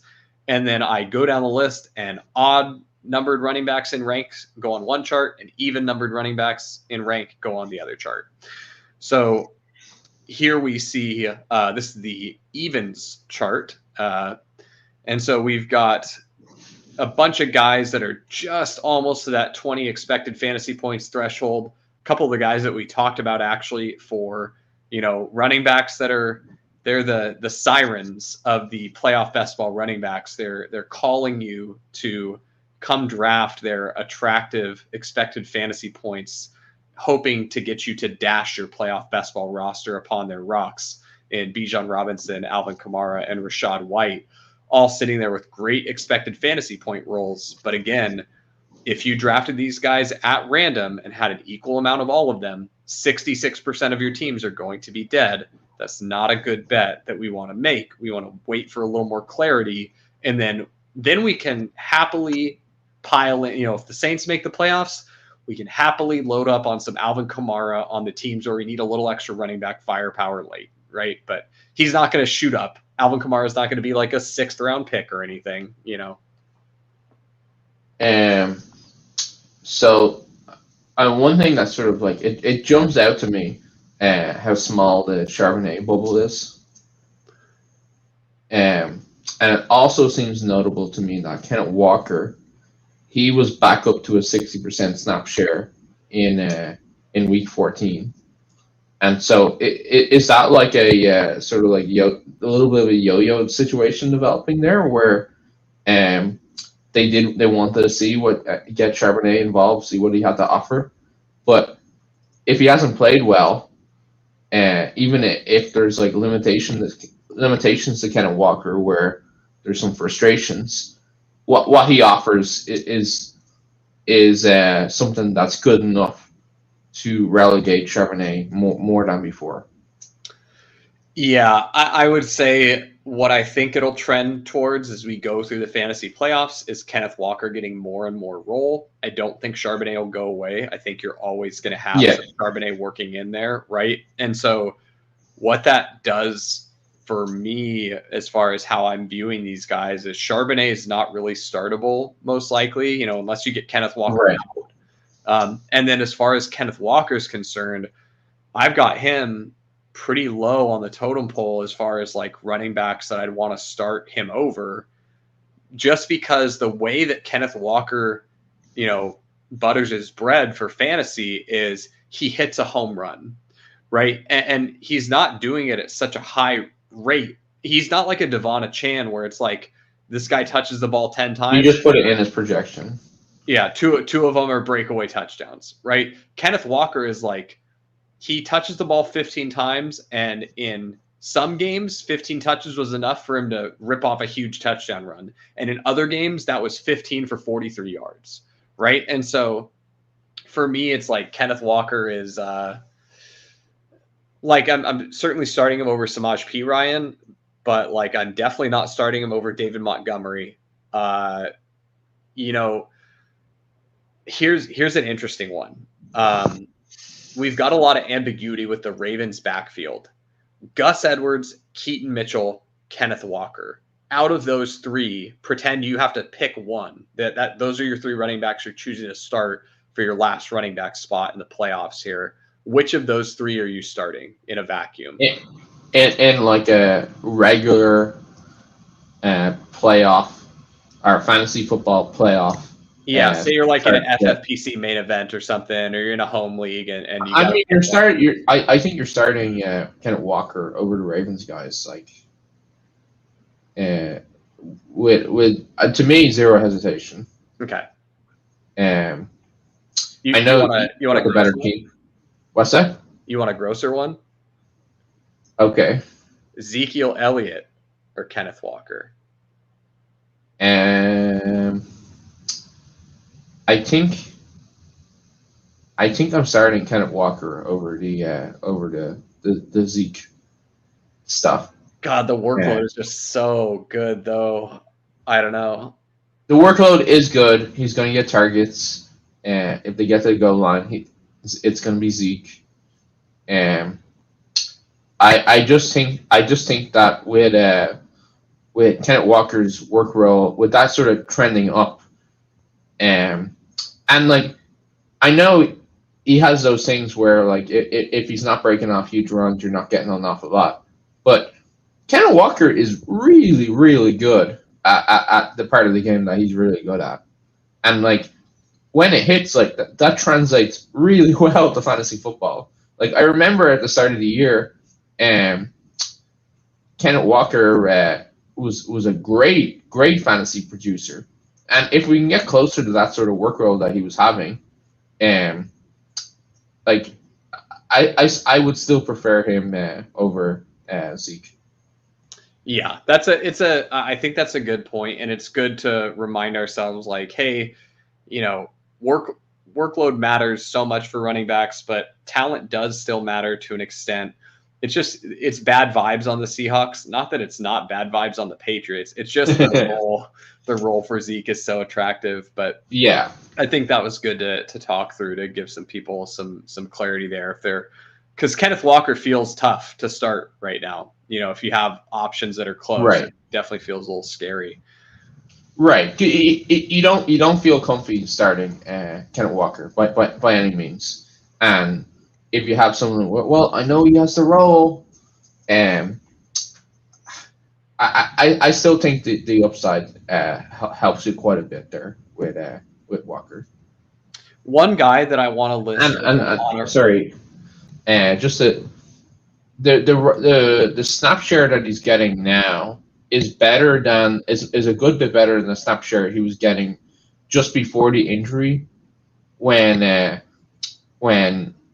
he wasn't scoring much at all. So I think it does seem to me that we're getting I think it's important that it seems like we're getting closer to the work role at the start of the year than the pre-injury work role. Yeah. One guy that I want to list as an honorable mention who did not get enough expected fantasy points yet to crack onto these charts, but I would just say to keep an eye on this guy. If you're in a home league and he's still somehow on your waivers, this is probably going to be a waiver priority this week. But I think the secret's out on Chase Brown.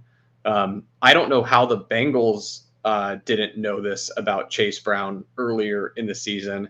That's one of the most frustrating things to me as a fantasy player is sometimes we find these guys that we think, their prospect profile is so good and we evaluate them as this should be a player that immediately is going to have a role on a team because you've got a running back that is aging out and, they'd certainly be wise to get themselves away from Joe Mixon just with, his contract and he's on the wrong side of the age apex. It made all the sense in the world to see what they had in Chase Brown. And it really just seems like the Bengals were playing scared with Chase Brown earlier in the season. They wanted to really play it safe and stick with the devil they know in Joe Mixon while Joe Burrow was healthy. And while they thought they had a good look at the playoffs, and then now that Burrow's out and it's the Browning show, they're willing to give Brown a little bit of a look. And what do you know? The guy can ball. And he doesn't crack onto these charts just yet. But if he's on your waivers, he's definitely an exciting ad for this playoff stretch. He looks electric. I hope that his price stays depressed next year in way too early best ball, so I can load up because that's like my Jaylen Warren for next year. I'm gonna call my shot right now on Chase Brown. That's like the Jaylen Warren of next year.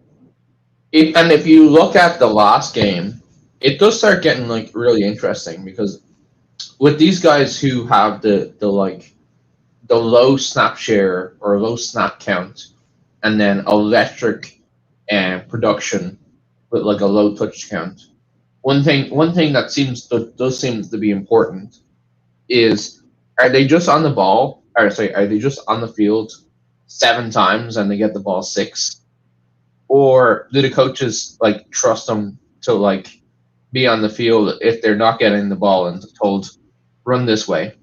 And Chase Brown, he did get a pass blocking snap.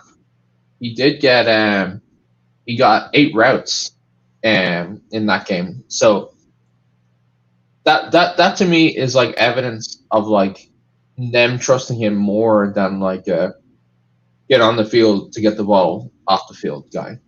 That is a great shout, Drico. I think that is super valuable info to have and really strong signal for there is something could be a little sticky here with Chase Brown. It's not just it's not like a Deuce Vaughn type of thing where it's this will be fun. Let's give this electric guy a couple touches and all right, go back on the sideline, Deuce. Good job. That was really fun. The fans love you. No, it's we need to figure out exactly what Chase Brown is. And I would not be surprised at all if we see the home stretch here of this season is prime. Let's figure out what Chase Brown is territory for the Bengals. And then, as an extension, dear God, I hope that the Saints do the same thing with Kendre Miller. Please bail out my Kendre Miller bags. I need bailing it so bad. Yeah. But I do think it's important to understand the distinction between them being asked to do a role in the offense that isn't just them getting the ball. Because the idea that the coach is trusting them to act like an adult and perform a responsibility that isn't being a ball carrier, it is important. It's really important for them getting their roles wrapped up. 100%. All right, we've been lollygagging. We've been having a lot of fun, just kind of chopping it up, going into all kinds of fun topics. But let's move on to our tight end utilization chart here.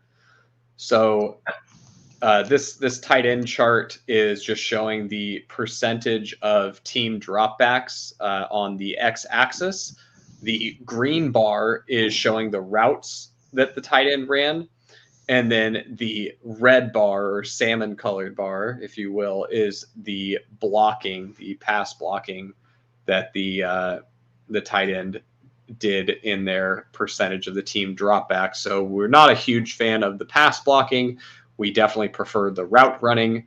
And then over on the left-hand side, we have some nifty stats to help us evaluate how valuable those routes really are. And those are ADOT and targets per route run. So you can think of targets per route run as how frequently are these guys actually getting the ball when they do run routes. And then ADOT is, and how valuable are those targets when they're getting them. So it's all kind of a function that works together. And it's nice to see Travis Kelce back on top. You got to be happy for the guy. He was kind of hanging out a little lower in the chart for a while. And again, I don't think I clarified this on the running back charts earlier, but for running back and tight end charts, we do a 4-week rolling average because roles can change for those positions as the season goes on. And so we want to look at what's happening recently to try and pick up on any signal or trends that are worth noting. I think what's interesting with Kelce being up the top there, whereas he was much lower, so that's got to be a sign that they see him as fully healthy now, right? I agree. And it's interesting to me because I thought he was not just last week, he looked not healthy to me. And so I wonder if it might be the kind of thing, because it was an ankle for him, right? That was giving him problems. It might be the kind of thing where the pain isn't bothering him anymore. He's able to do a full workload, but he's lacking a little bit of the cutting and that might be what the issue is. So he might be healthy enough that it's not bugging him, but not full strength. Right. And so, but at tight end, you can kind of get away with that a little bit more, right? Than when we see Tyreek Hill unable to cut, it's oh man, I mean, he's still fast. He goes straight line very fast, but like we saw after he came back in the game, he ran his route and then he wasn't trying to juke guys out after the catch and go for the house call. It was whew, let me get out of bounds because I do not want to get tackled right now. My ankle is killing. So good call on Kelce's health there.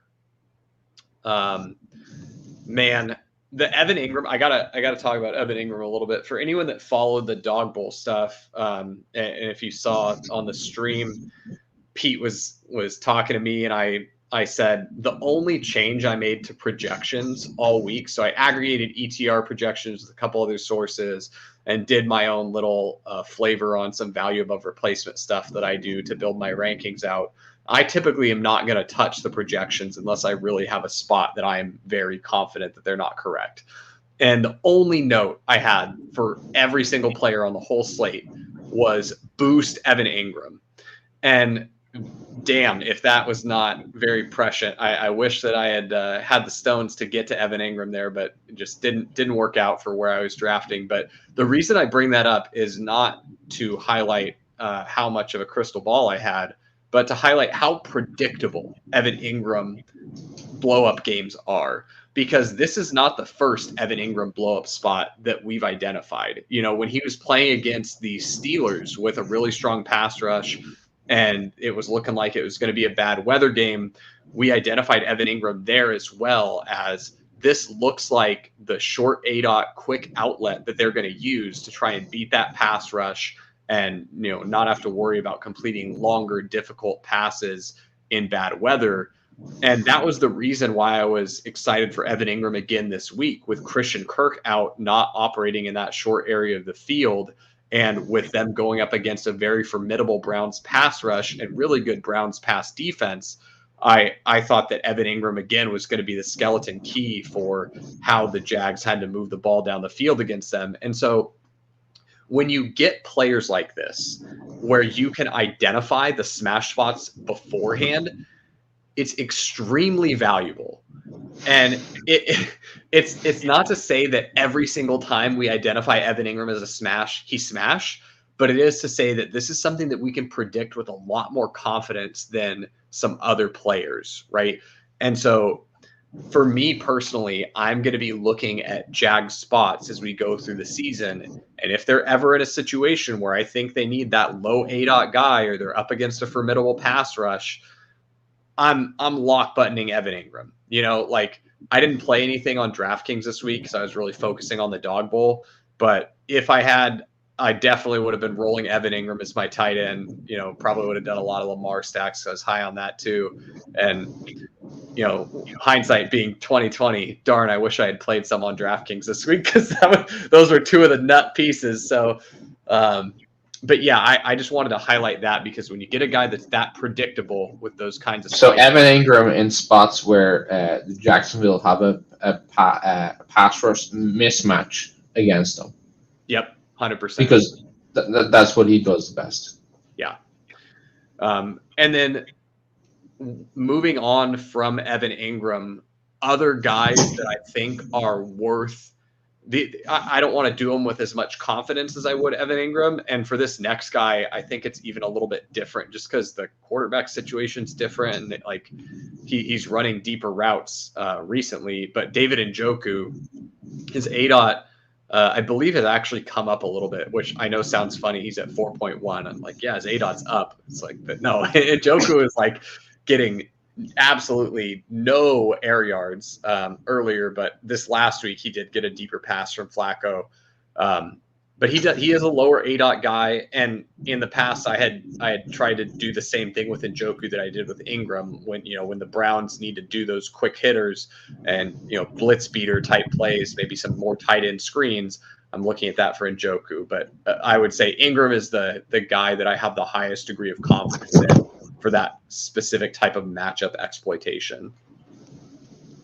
Yeah, his air yards are definitely up. Like if I look at week 11 through 14, he averaged 54 air yards a game, and then if I look before that, it was 17 air yards a game. So like, obviously that's not ADOT, but I think there's something to that where he's getting targeted down the field. Yeah, and I think it's a function of Joe Flacco more than anything. So is what I would think too. I've got a guy here that I need your opinion on because I think it's pretty relevant for playoff best ball. So we talked about that I have recently allowed the Bills to be back on the menu for me for playoff best ball. Wasn't drafting him last week. After the upset, I'm drafting him now. So Dalton Kincaid goes right around Gabe Davis. They go very close to each other in ADP. You also have some Bills players that go undrafted, like Khalil Shakir, right? Or Deontay Hardy. Are you taking Dalton Kincaid over Gabe Davis? Or it's a team where you've got I don't think I'm ever doing these as a one-off, by the way. There's no way in hell you're getting me to draft Bills without Josh Allen. I'm only drafting the Bills because it was a spot where Josh Allen made sense. And then when that plays out, I benefit disproportionately because it's like sick. I got a quarterback the caliber of Josh Allen for fantasy, and now I got them in a situation where it's actually worthwhile for the Bills. I don't really ever care to have like a Dalton Kincaid one-off, right? So just for people to know, it's only with Josh Allen. But on those Josh Allen teams, are you doing some Kincaid, some Gabe Davis? Are you mixing and matching? Are you strongly preferring one over the other? What do you think there? I think it's sort of like a little bit of a toss-up. Like it's obviously early in Kincaid's career, but it does seem clear that he's not sort of like a high. He doesn't have the sort of upside, the points upside that Gabe Davis would have, where like he can get like 8 targets and I don't know 80 yards and that can be a good game, and then Gabe Davis will have games where he just doesn't have a catch, but then he'll have games where he catches 2 long bombs, and you need him to win all the money, and that's honestly something that's difficult for me to parse through. I don't have the experience with best ball to really answer that.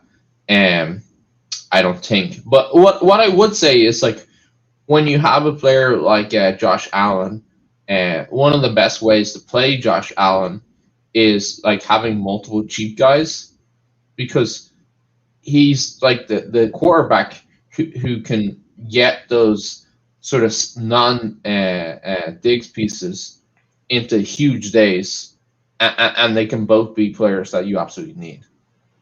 So I don't know if that helps anyone.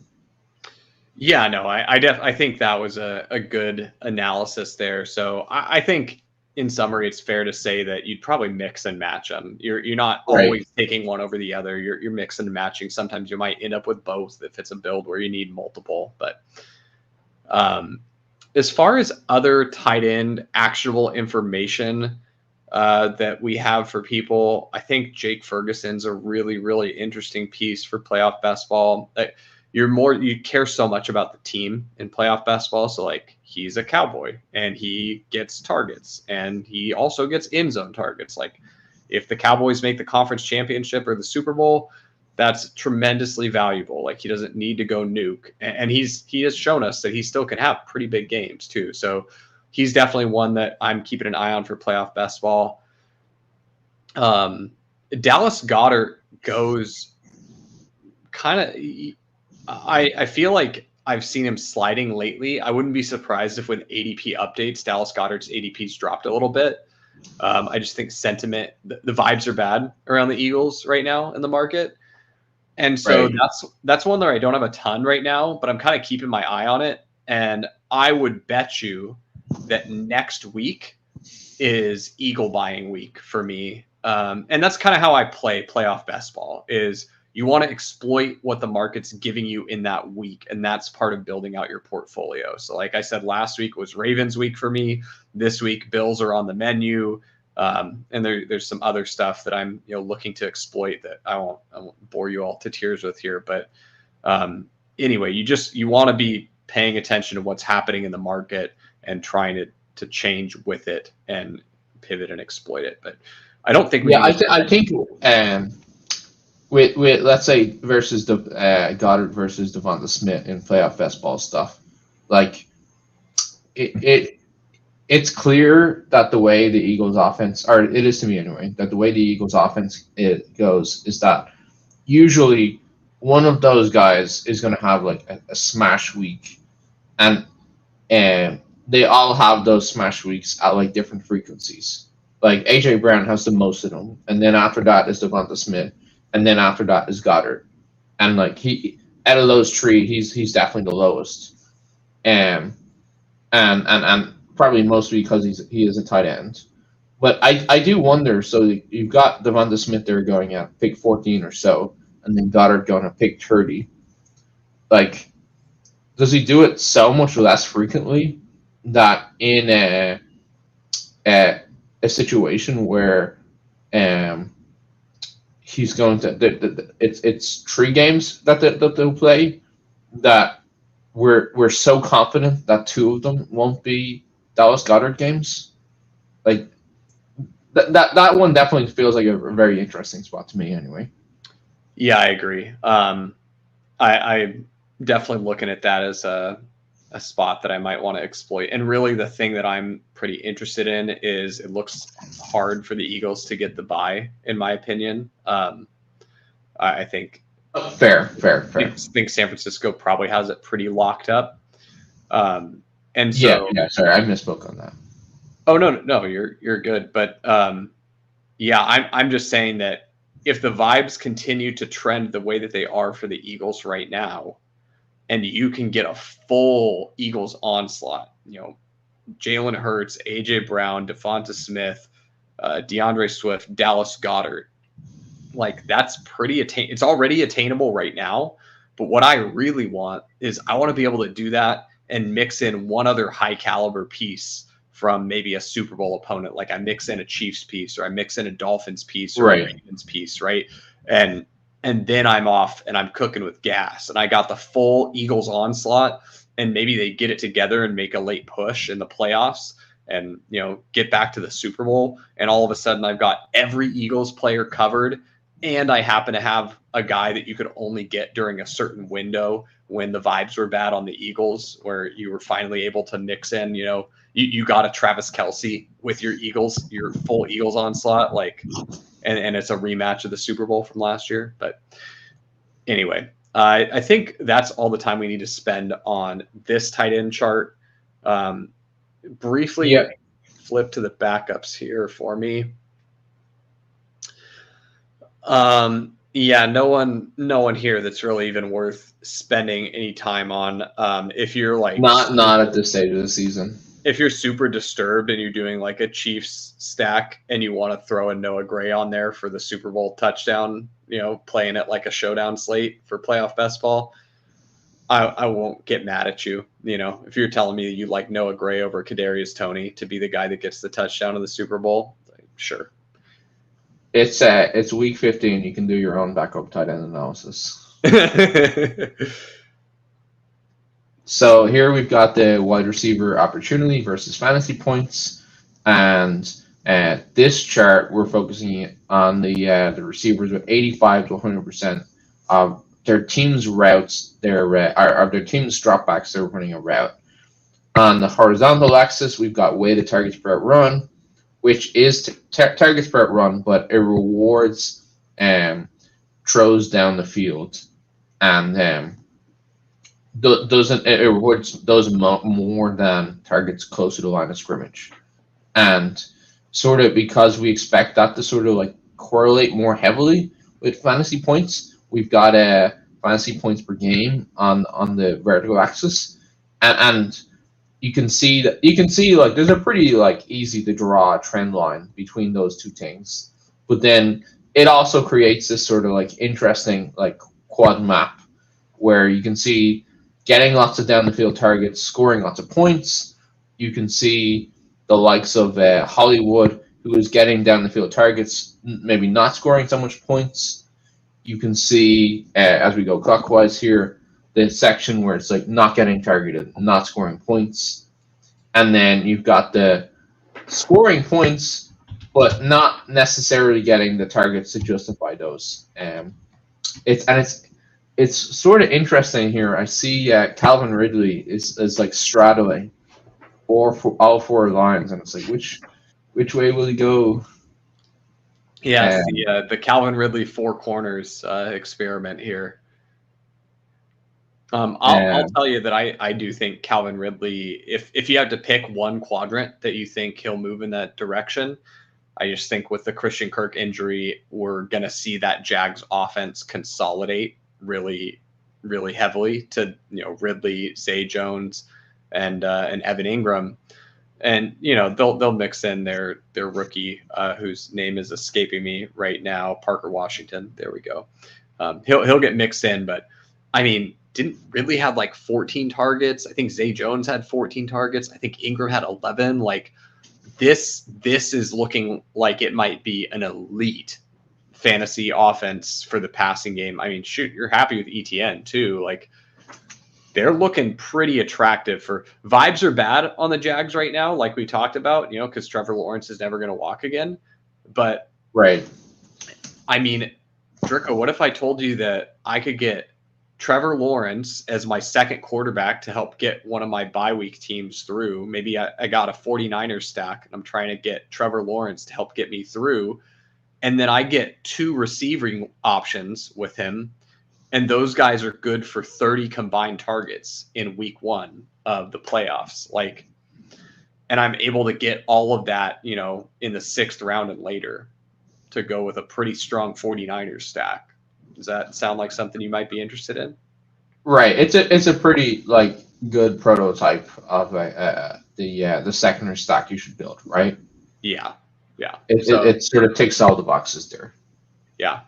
I do have some really good news on this chart, and that is that we are 1 CeeDee Lamb alpha game away from him being the king of the wide receiver opportunity chart. We are going to get Keenan Allen with Easton Stick, and I just have a hunch that Keenan Allen might see his fantasy points per game drop a little bit with Easton Stick, and I mean, CeeDee Lamb's looking like that alpha, man. I want to say it was week 2 that I said CeeDee Lamb is moving up and to the right. And it aged poorly for a couple weeks. It didn't look great. In week 4, you were like, he's moving down to the left. I may have capitulated too early because my original take was spot on, Dricko. CeeDee Lamb, wide receiver 1 overall. He's the alpha that we deserve. Very, very hyped on CD. He's balling the fuck out. So that's been fun to watch. So I don't want to. So just to pin you down there, are you saying that next year you think CeeDee Lamb should be the first receiver gone?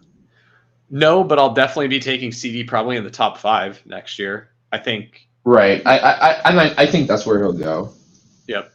And if he doesn't, this is the really crazy Cowboys pricing dichotomy that you get in best ball. And I've noticed this for all my years playing best ball. The Cowboys will never be appropriately priced. The Cowboys will either be way too expensive because you're getting irrational exuberance from Cowboys fans and they're all drafting them and way too early, or the Cowboys will be way too cheap because Cowboys fans are snake bit and they're refusing to draft Cowboys players. And then you also just get the general sentiment of the market hating the Cowboys because they're the most fun team to hate. And you get them pushed down from that bias there. So I feel like the Cowboys are like the team the market never can price correctly. So I pray that next season they fail to price them correctly. But I have a sneaking suspicion that they're going to price CeeDee Lamb up next year. Yeah, I think that is true. And so, do you think that his playoff best ball ADP is appropriate? I see he's sort of like second wide receiver ADP of 3. Yep. Yeah, it's pretty efficient in my opinion. Right, because he's got the alpha share of like a team pretty much guaranteed to make the playoffs. Yeah. Let's see. I mean, Garrett Wilson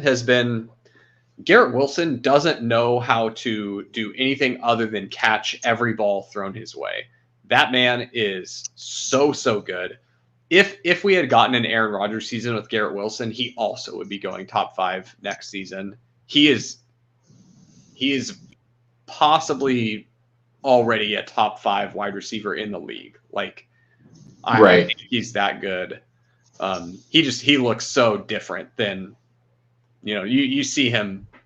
That's a dude that is he's just built different than a lot of the other, even the top receivers in the game. Like, that guy's special. So, and we got a game that Zach Wilson showed a little bit of competency. I mean, I'm not counting on that going forward, but if you have Garrett Wilson in a managed league and you're wondering if you can start him or not. I think at this point you're just at the spot where it's a start your studs kind of situation, and you just got to roll them out, right? QB play, Right. you just got to do it. And I guess asking about Amon-Ra St. Brown. So he's one where it feels like it feels like you're playing the Lions as sort of like one and done, or like that feels like the most likely for them. Is someone like Amon-Ra is like an ADP of 21? Is that like okay to pay for like a one-off piece, or let's say you get like a round of value or something like that? Yeah, Or is that too expensive to play one-off pieces? I look at the Lions a lot like the Jags, right? So there's situations where you need those players, and you'll know them when you see them. And so it just depends on what side of the conference you need, what other pieces are sliding in the draft, what other people have taken in the draft. Has anyone opened Lions in their game tree? Has anyone opened Jaguars in their game tree? And understanding the implications of, those players being available, and also like even if they haven't already opened Lions or Jags in their game tree, what the game tree is that they're in, if Lions or Jags would be appealing to them. And so understanding like, will this be a path that would be contested for me, where I'm not able to get all the pieces that I want at value, or is it something where this is uncontested because of the way the room has shaken out? I can go for a really sick Lions backstack that can get a bye week team through. Going through all the game tree stuff is something we're not going to do here because we've already gone over. Well, I just to go back on my question, are you sort of telling me that like an ADP of 21 here, it's still too expensive unless you think there's a viable way for you to build out that stack? What I'll say is the majority of the time there's many other players I want to take before him at that point in the draft. He's often not my first choice at that spot in the draft. It would require a really specific run out in the room for him to be the best pick at that point in the draft. So I'm willing to take him, but typically I'm taking him when he falls. Okay. Yeah, that makes sense. And I think that is when the one-off sort of makes sense, is like you're getting value. Let's see. Anyone else here? No one that's really like, no major changes or anything. Like a lot of these guys, they are what we thought they were at this point in the season. Anyone that you wanted to call out before we go to the next chart? So I see Jordan Addison. We were talking about Vikings and them being like a 70% probability, a high probability to make the playoffs, and like Jordan Addison's going undrafted. Now I know he's in the bad section of the chart, and you have the issues that we've had at quarterback for the Vikings, but that seems like a little interesting if he's going to be undrafted, like he's definitely still like an exciting like rookie. Yeah, love Jordan Addison, the player. Super overweight on him in best ball. Will draft him aggressively next year. Loved his prospect profile coming out. Thought he was one of the best wide receivers in the class. I will have 0 Jordan Addison shares in playoff best ball because there's lots of times where Justin Jefferson goes undrafted. Okay, and so that's fair. I never need. I don't think the outcome where the Vikings make the conference championship is very likely at all. We're talking like all-time miracles for that to happen. And so that's what would need to happen for me to be considering Jordan Addison. The way that I'm likely playing it is like Justin Jefferson one-offs only, and occasionally with whatever quarterback as the situation crystallizes. But yeah, he unfortunately does not get to make my player pool for playoff best ball. I have to say I'm comfortable being the person asking the dumb questions or saying the dumb things as like maybe an instrument for you to make these points. Like I want to be pretty transparent. I'm trying to like facilitate conversation, but it's definitely not something I have a lot of experience in. And they're not dumb questions though, Drico, because this is the most different format than any other type of fantasy that people are used to playing. And there's a reason why it's my favorite format. It's because I want to play the games that I'm better than everyone else at. And I am such a disturbed individual. Like I've spent so much time thinking through all the strategy of the game, doing the math surrounding playoff best ball, like looking at the historical data. If I'm having trouble sleeping at night, I'm literally thinking through different strategies and things like that for playoff best ball, or taking notes for things to research or look into, or go down like different game trees. It's an obsession for you. Yeah, because that's just how I am. And so I'm trying now to take all of the knowledge that I've accumulated for this game and the advantage that I have, and I want to share it with people. I think that it's a game where I have such an advantage that I can probably get someone that listens to what I have to say to win.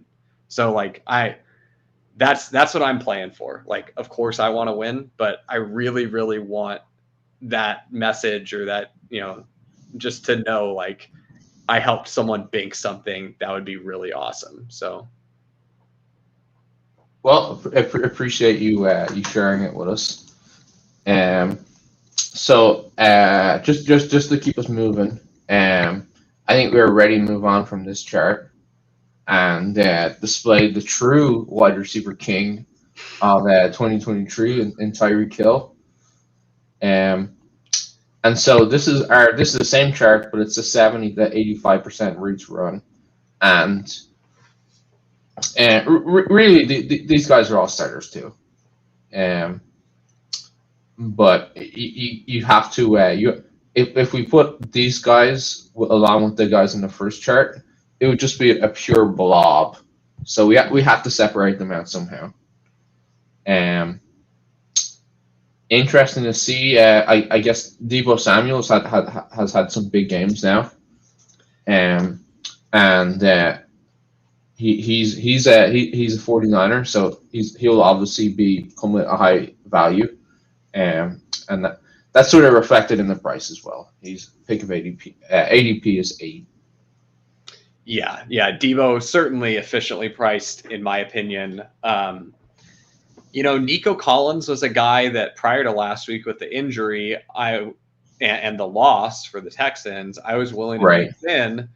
Now the Texans are kind of do not draft list for me, and it's one where I'm totally happy waiting and seeing. Let me see if the Texans make the playoffs. If they do, their price isn't going to go to the moon. I'm not going to miss out on the last chance to draft cheap Texans. So at this point, you don't need to buy a Nico dip or buy a Stroud dip. Like, don't get cute with this kind of stuff. Honestly, like, there's so much stuff in playoff best ball where once you get the baseline strategy, like, the learning curve isn't that steep. Once you become educated on this is like the optimal way to play the game, you don't need to get that cute. People suck at this game. They're so bad. It would be like if we're playing Texas Hold'em and your opponents just are like refusing to use their second card. They get dealt 2 cards and they throw one off the table and they just play with 1 card the whole time. So like, you don't need to get cute. When you got a good hand, call them. When you don't have a good hand, fold. You don't need to get fancy. We don't need to range merge. We don't need to polarize our ranges or anything. We don't need to be, looking at solvers. Just play ABC poker here. And so that's kind of the approach you take with playoff best ball. So don't need to get crazy with Nico Collins. Same thing with Mike Evans. Like, would I like to have some last round? Like, let me paint you a picture, Drico. The Bucks win the division. I get my last 3 picks of the draft to sneak my Ravens team. Ravens get the bye. I'm trying to sneak the Ravens through on the bye week. My last 3 picks of the draft, Baker Mayfield, Mike Evans, Rachaad White. Who says no? Right. But you don't need to do it right now. Right. I was going to say that's in another situation where you're perfectly happy with them as a stack, but you'll get that as cheap as you want pretty much the entire draft season, and you get to wait until it's a sure thing rather than try to get cute with it. Yep. You don't gain anything for the additional risk that you're taking right now.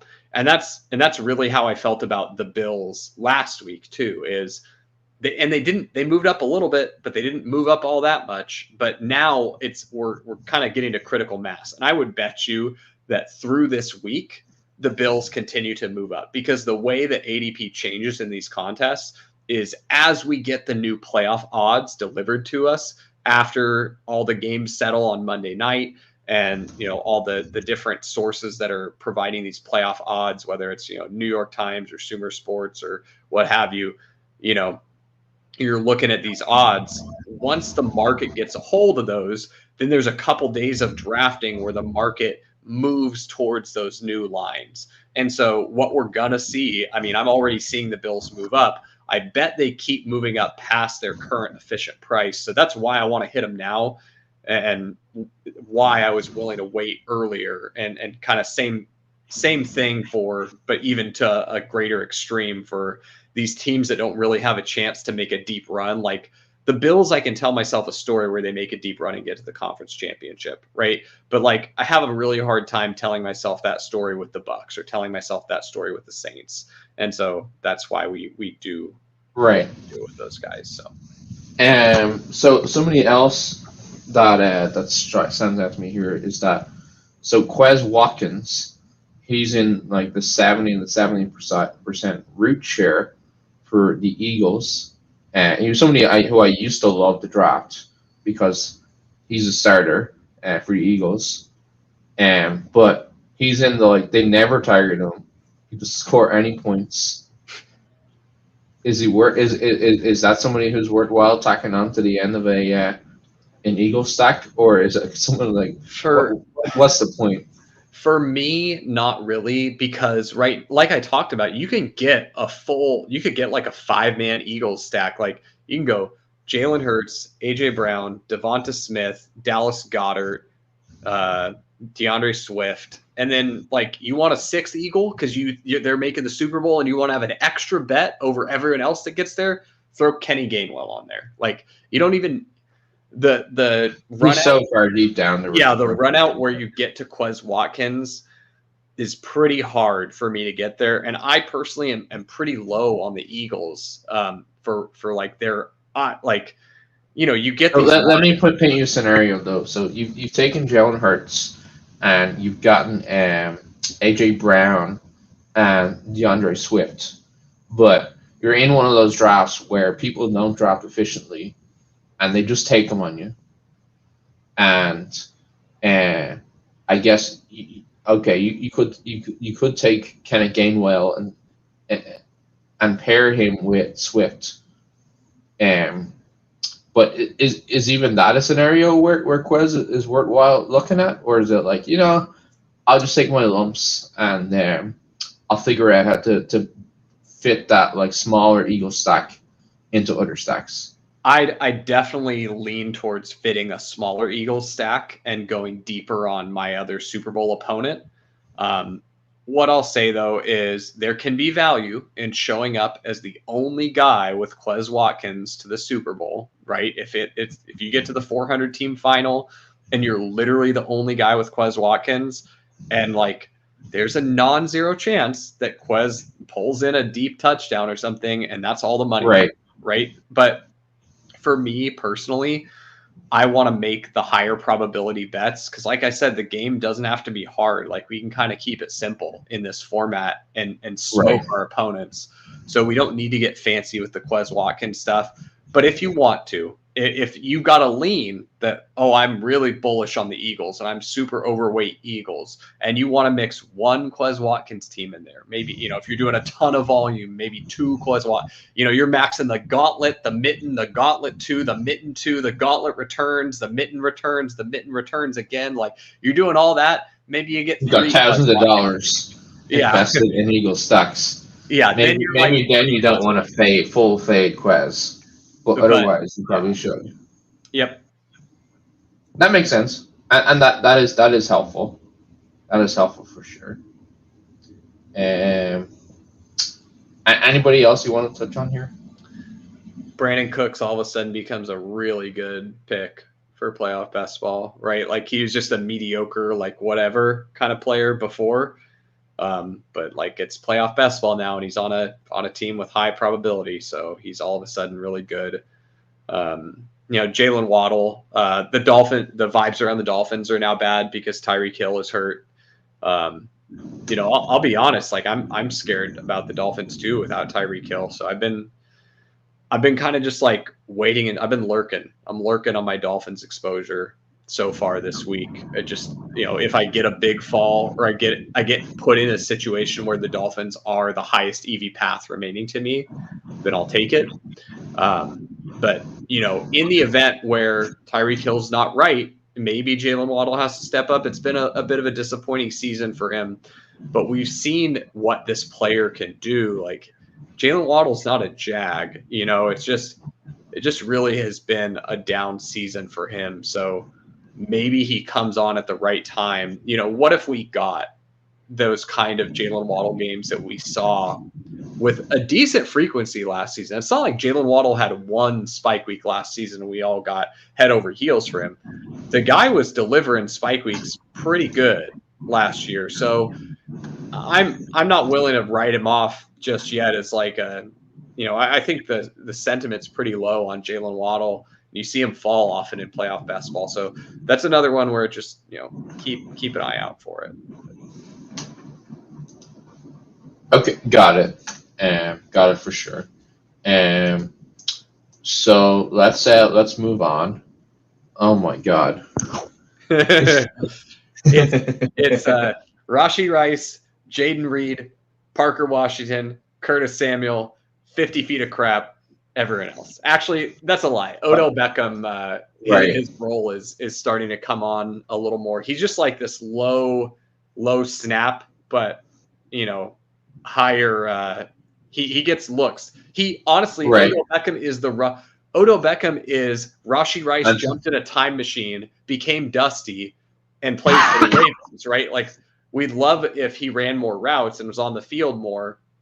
But it's like, when he's out there, he's getting targeted and he can do stuff. So I think that if you look at Odell Beckham as the geriatric Rashee Rice of the Ravens, that's probably... he reminds me of Antonio Brown his last year with the Tampa Bay Bucks.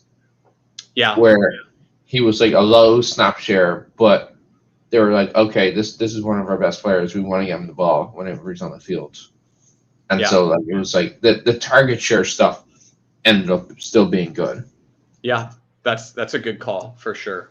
So yeah, Odell Beckham, all of a sudden, very sexy in playoff best ball. There's actually a couple guys on this chart that are guys that I have good exposure to already. Not just like, I mix them in here and there, but like Michael Gallup, pack the bags, baby. Like, give me the Michael Gallup. Jalen Tolbert, sure. Rashee Rice, yes, please. A heaping helping. Like, there's plenty of guys on this chart that actually are relevant for playoff best ball, but it's all team driven, right? It's not that we think these guys are going to have a huge breakout or anything. It's just that 5 points in the Super Bowl can be worth $150,000. So that's why. I do know that Rashee Rice had an 82% route share last week, 27% targets per run. So like he's that's one of those things where he's like increasing the route share and keeping the target stuff. So like he had a solid week last week. I've talked about Rashee Rice to the moon, but I think that's like a genuinely like strong sign and signal of like him becoming more and more important and like reliable week to week in fantasy.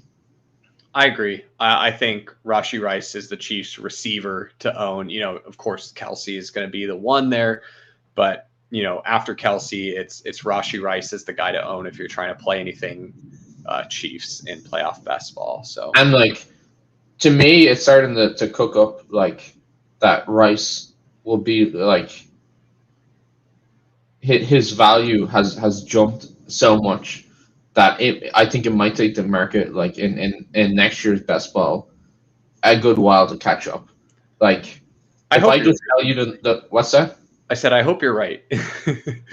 Like if I tell you that like he's going to be an 80% route share, 27% targets per run all next year for the Chiefs, it's like what is the value on that? Is that it's like really high, right? Fifth round, sixth round, if Kelsey is still there, right?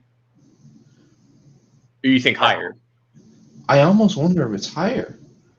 Do you like, or would you say higher than the fourth? Like that's where we're looking. I mean, higher than the fourth, I start getting really uncomfortable. But like, I think like the fourth is like, maybe the fourth is like the top of the range. Because like Brandon Ayuk was going in the early fifth, right? And I don't think that his value gets there. I think the fifth. I think efficient price is probably the fifth round. I think 5-6 turn maybe even, but I bet you that we could get him. I think you might be right that the market might let him be a little cheaper than that for too long. So, but we've ruined it now. We told the ship chasers about it, and we've seen what ship chasers do to Kansas City Chiefs wide receivers, ADP. And you know, I know if there's a discount, it'll be quick. Yeah, he's no Sky Moore with the sickest name that we've ever heard, but I gotta say, Rashee Rice is a pretty sick wide receiver name. So we might need to make a clip for next season. That's what I'm saying. Yeah. I'm hoping that I get fun, cheap ways to bet on Rashee Rice next year, but we'll see. We'll see.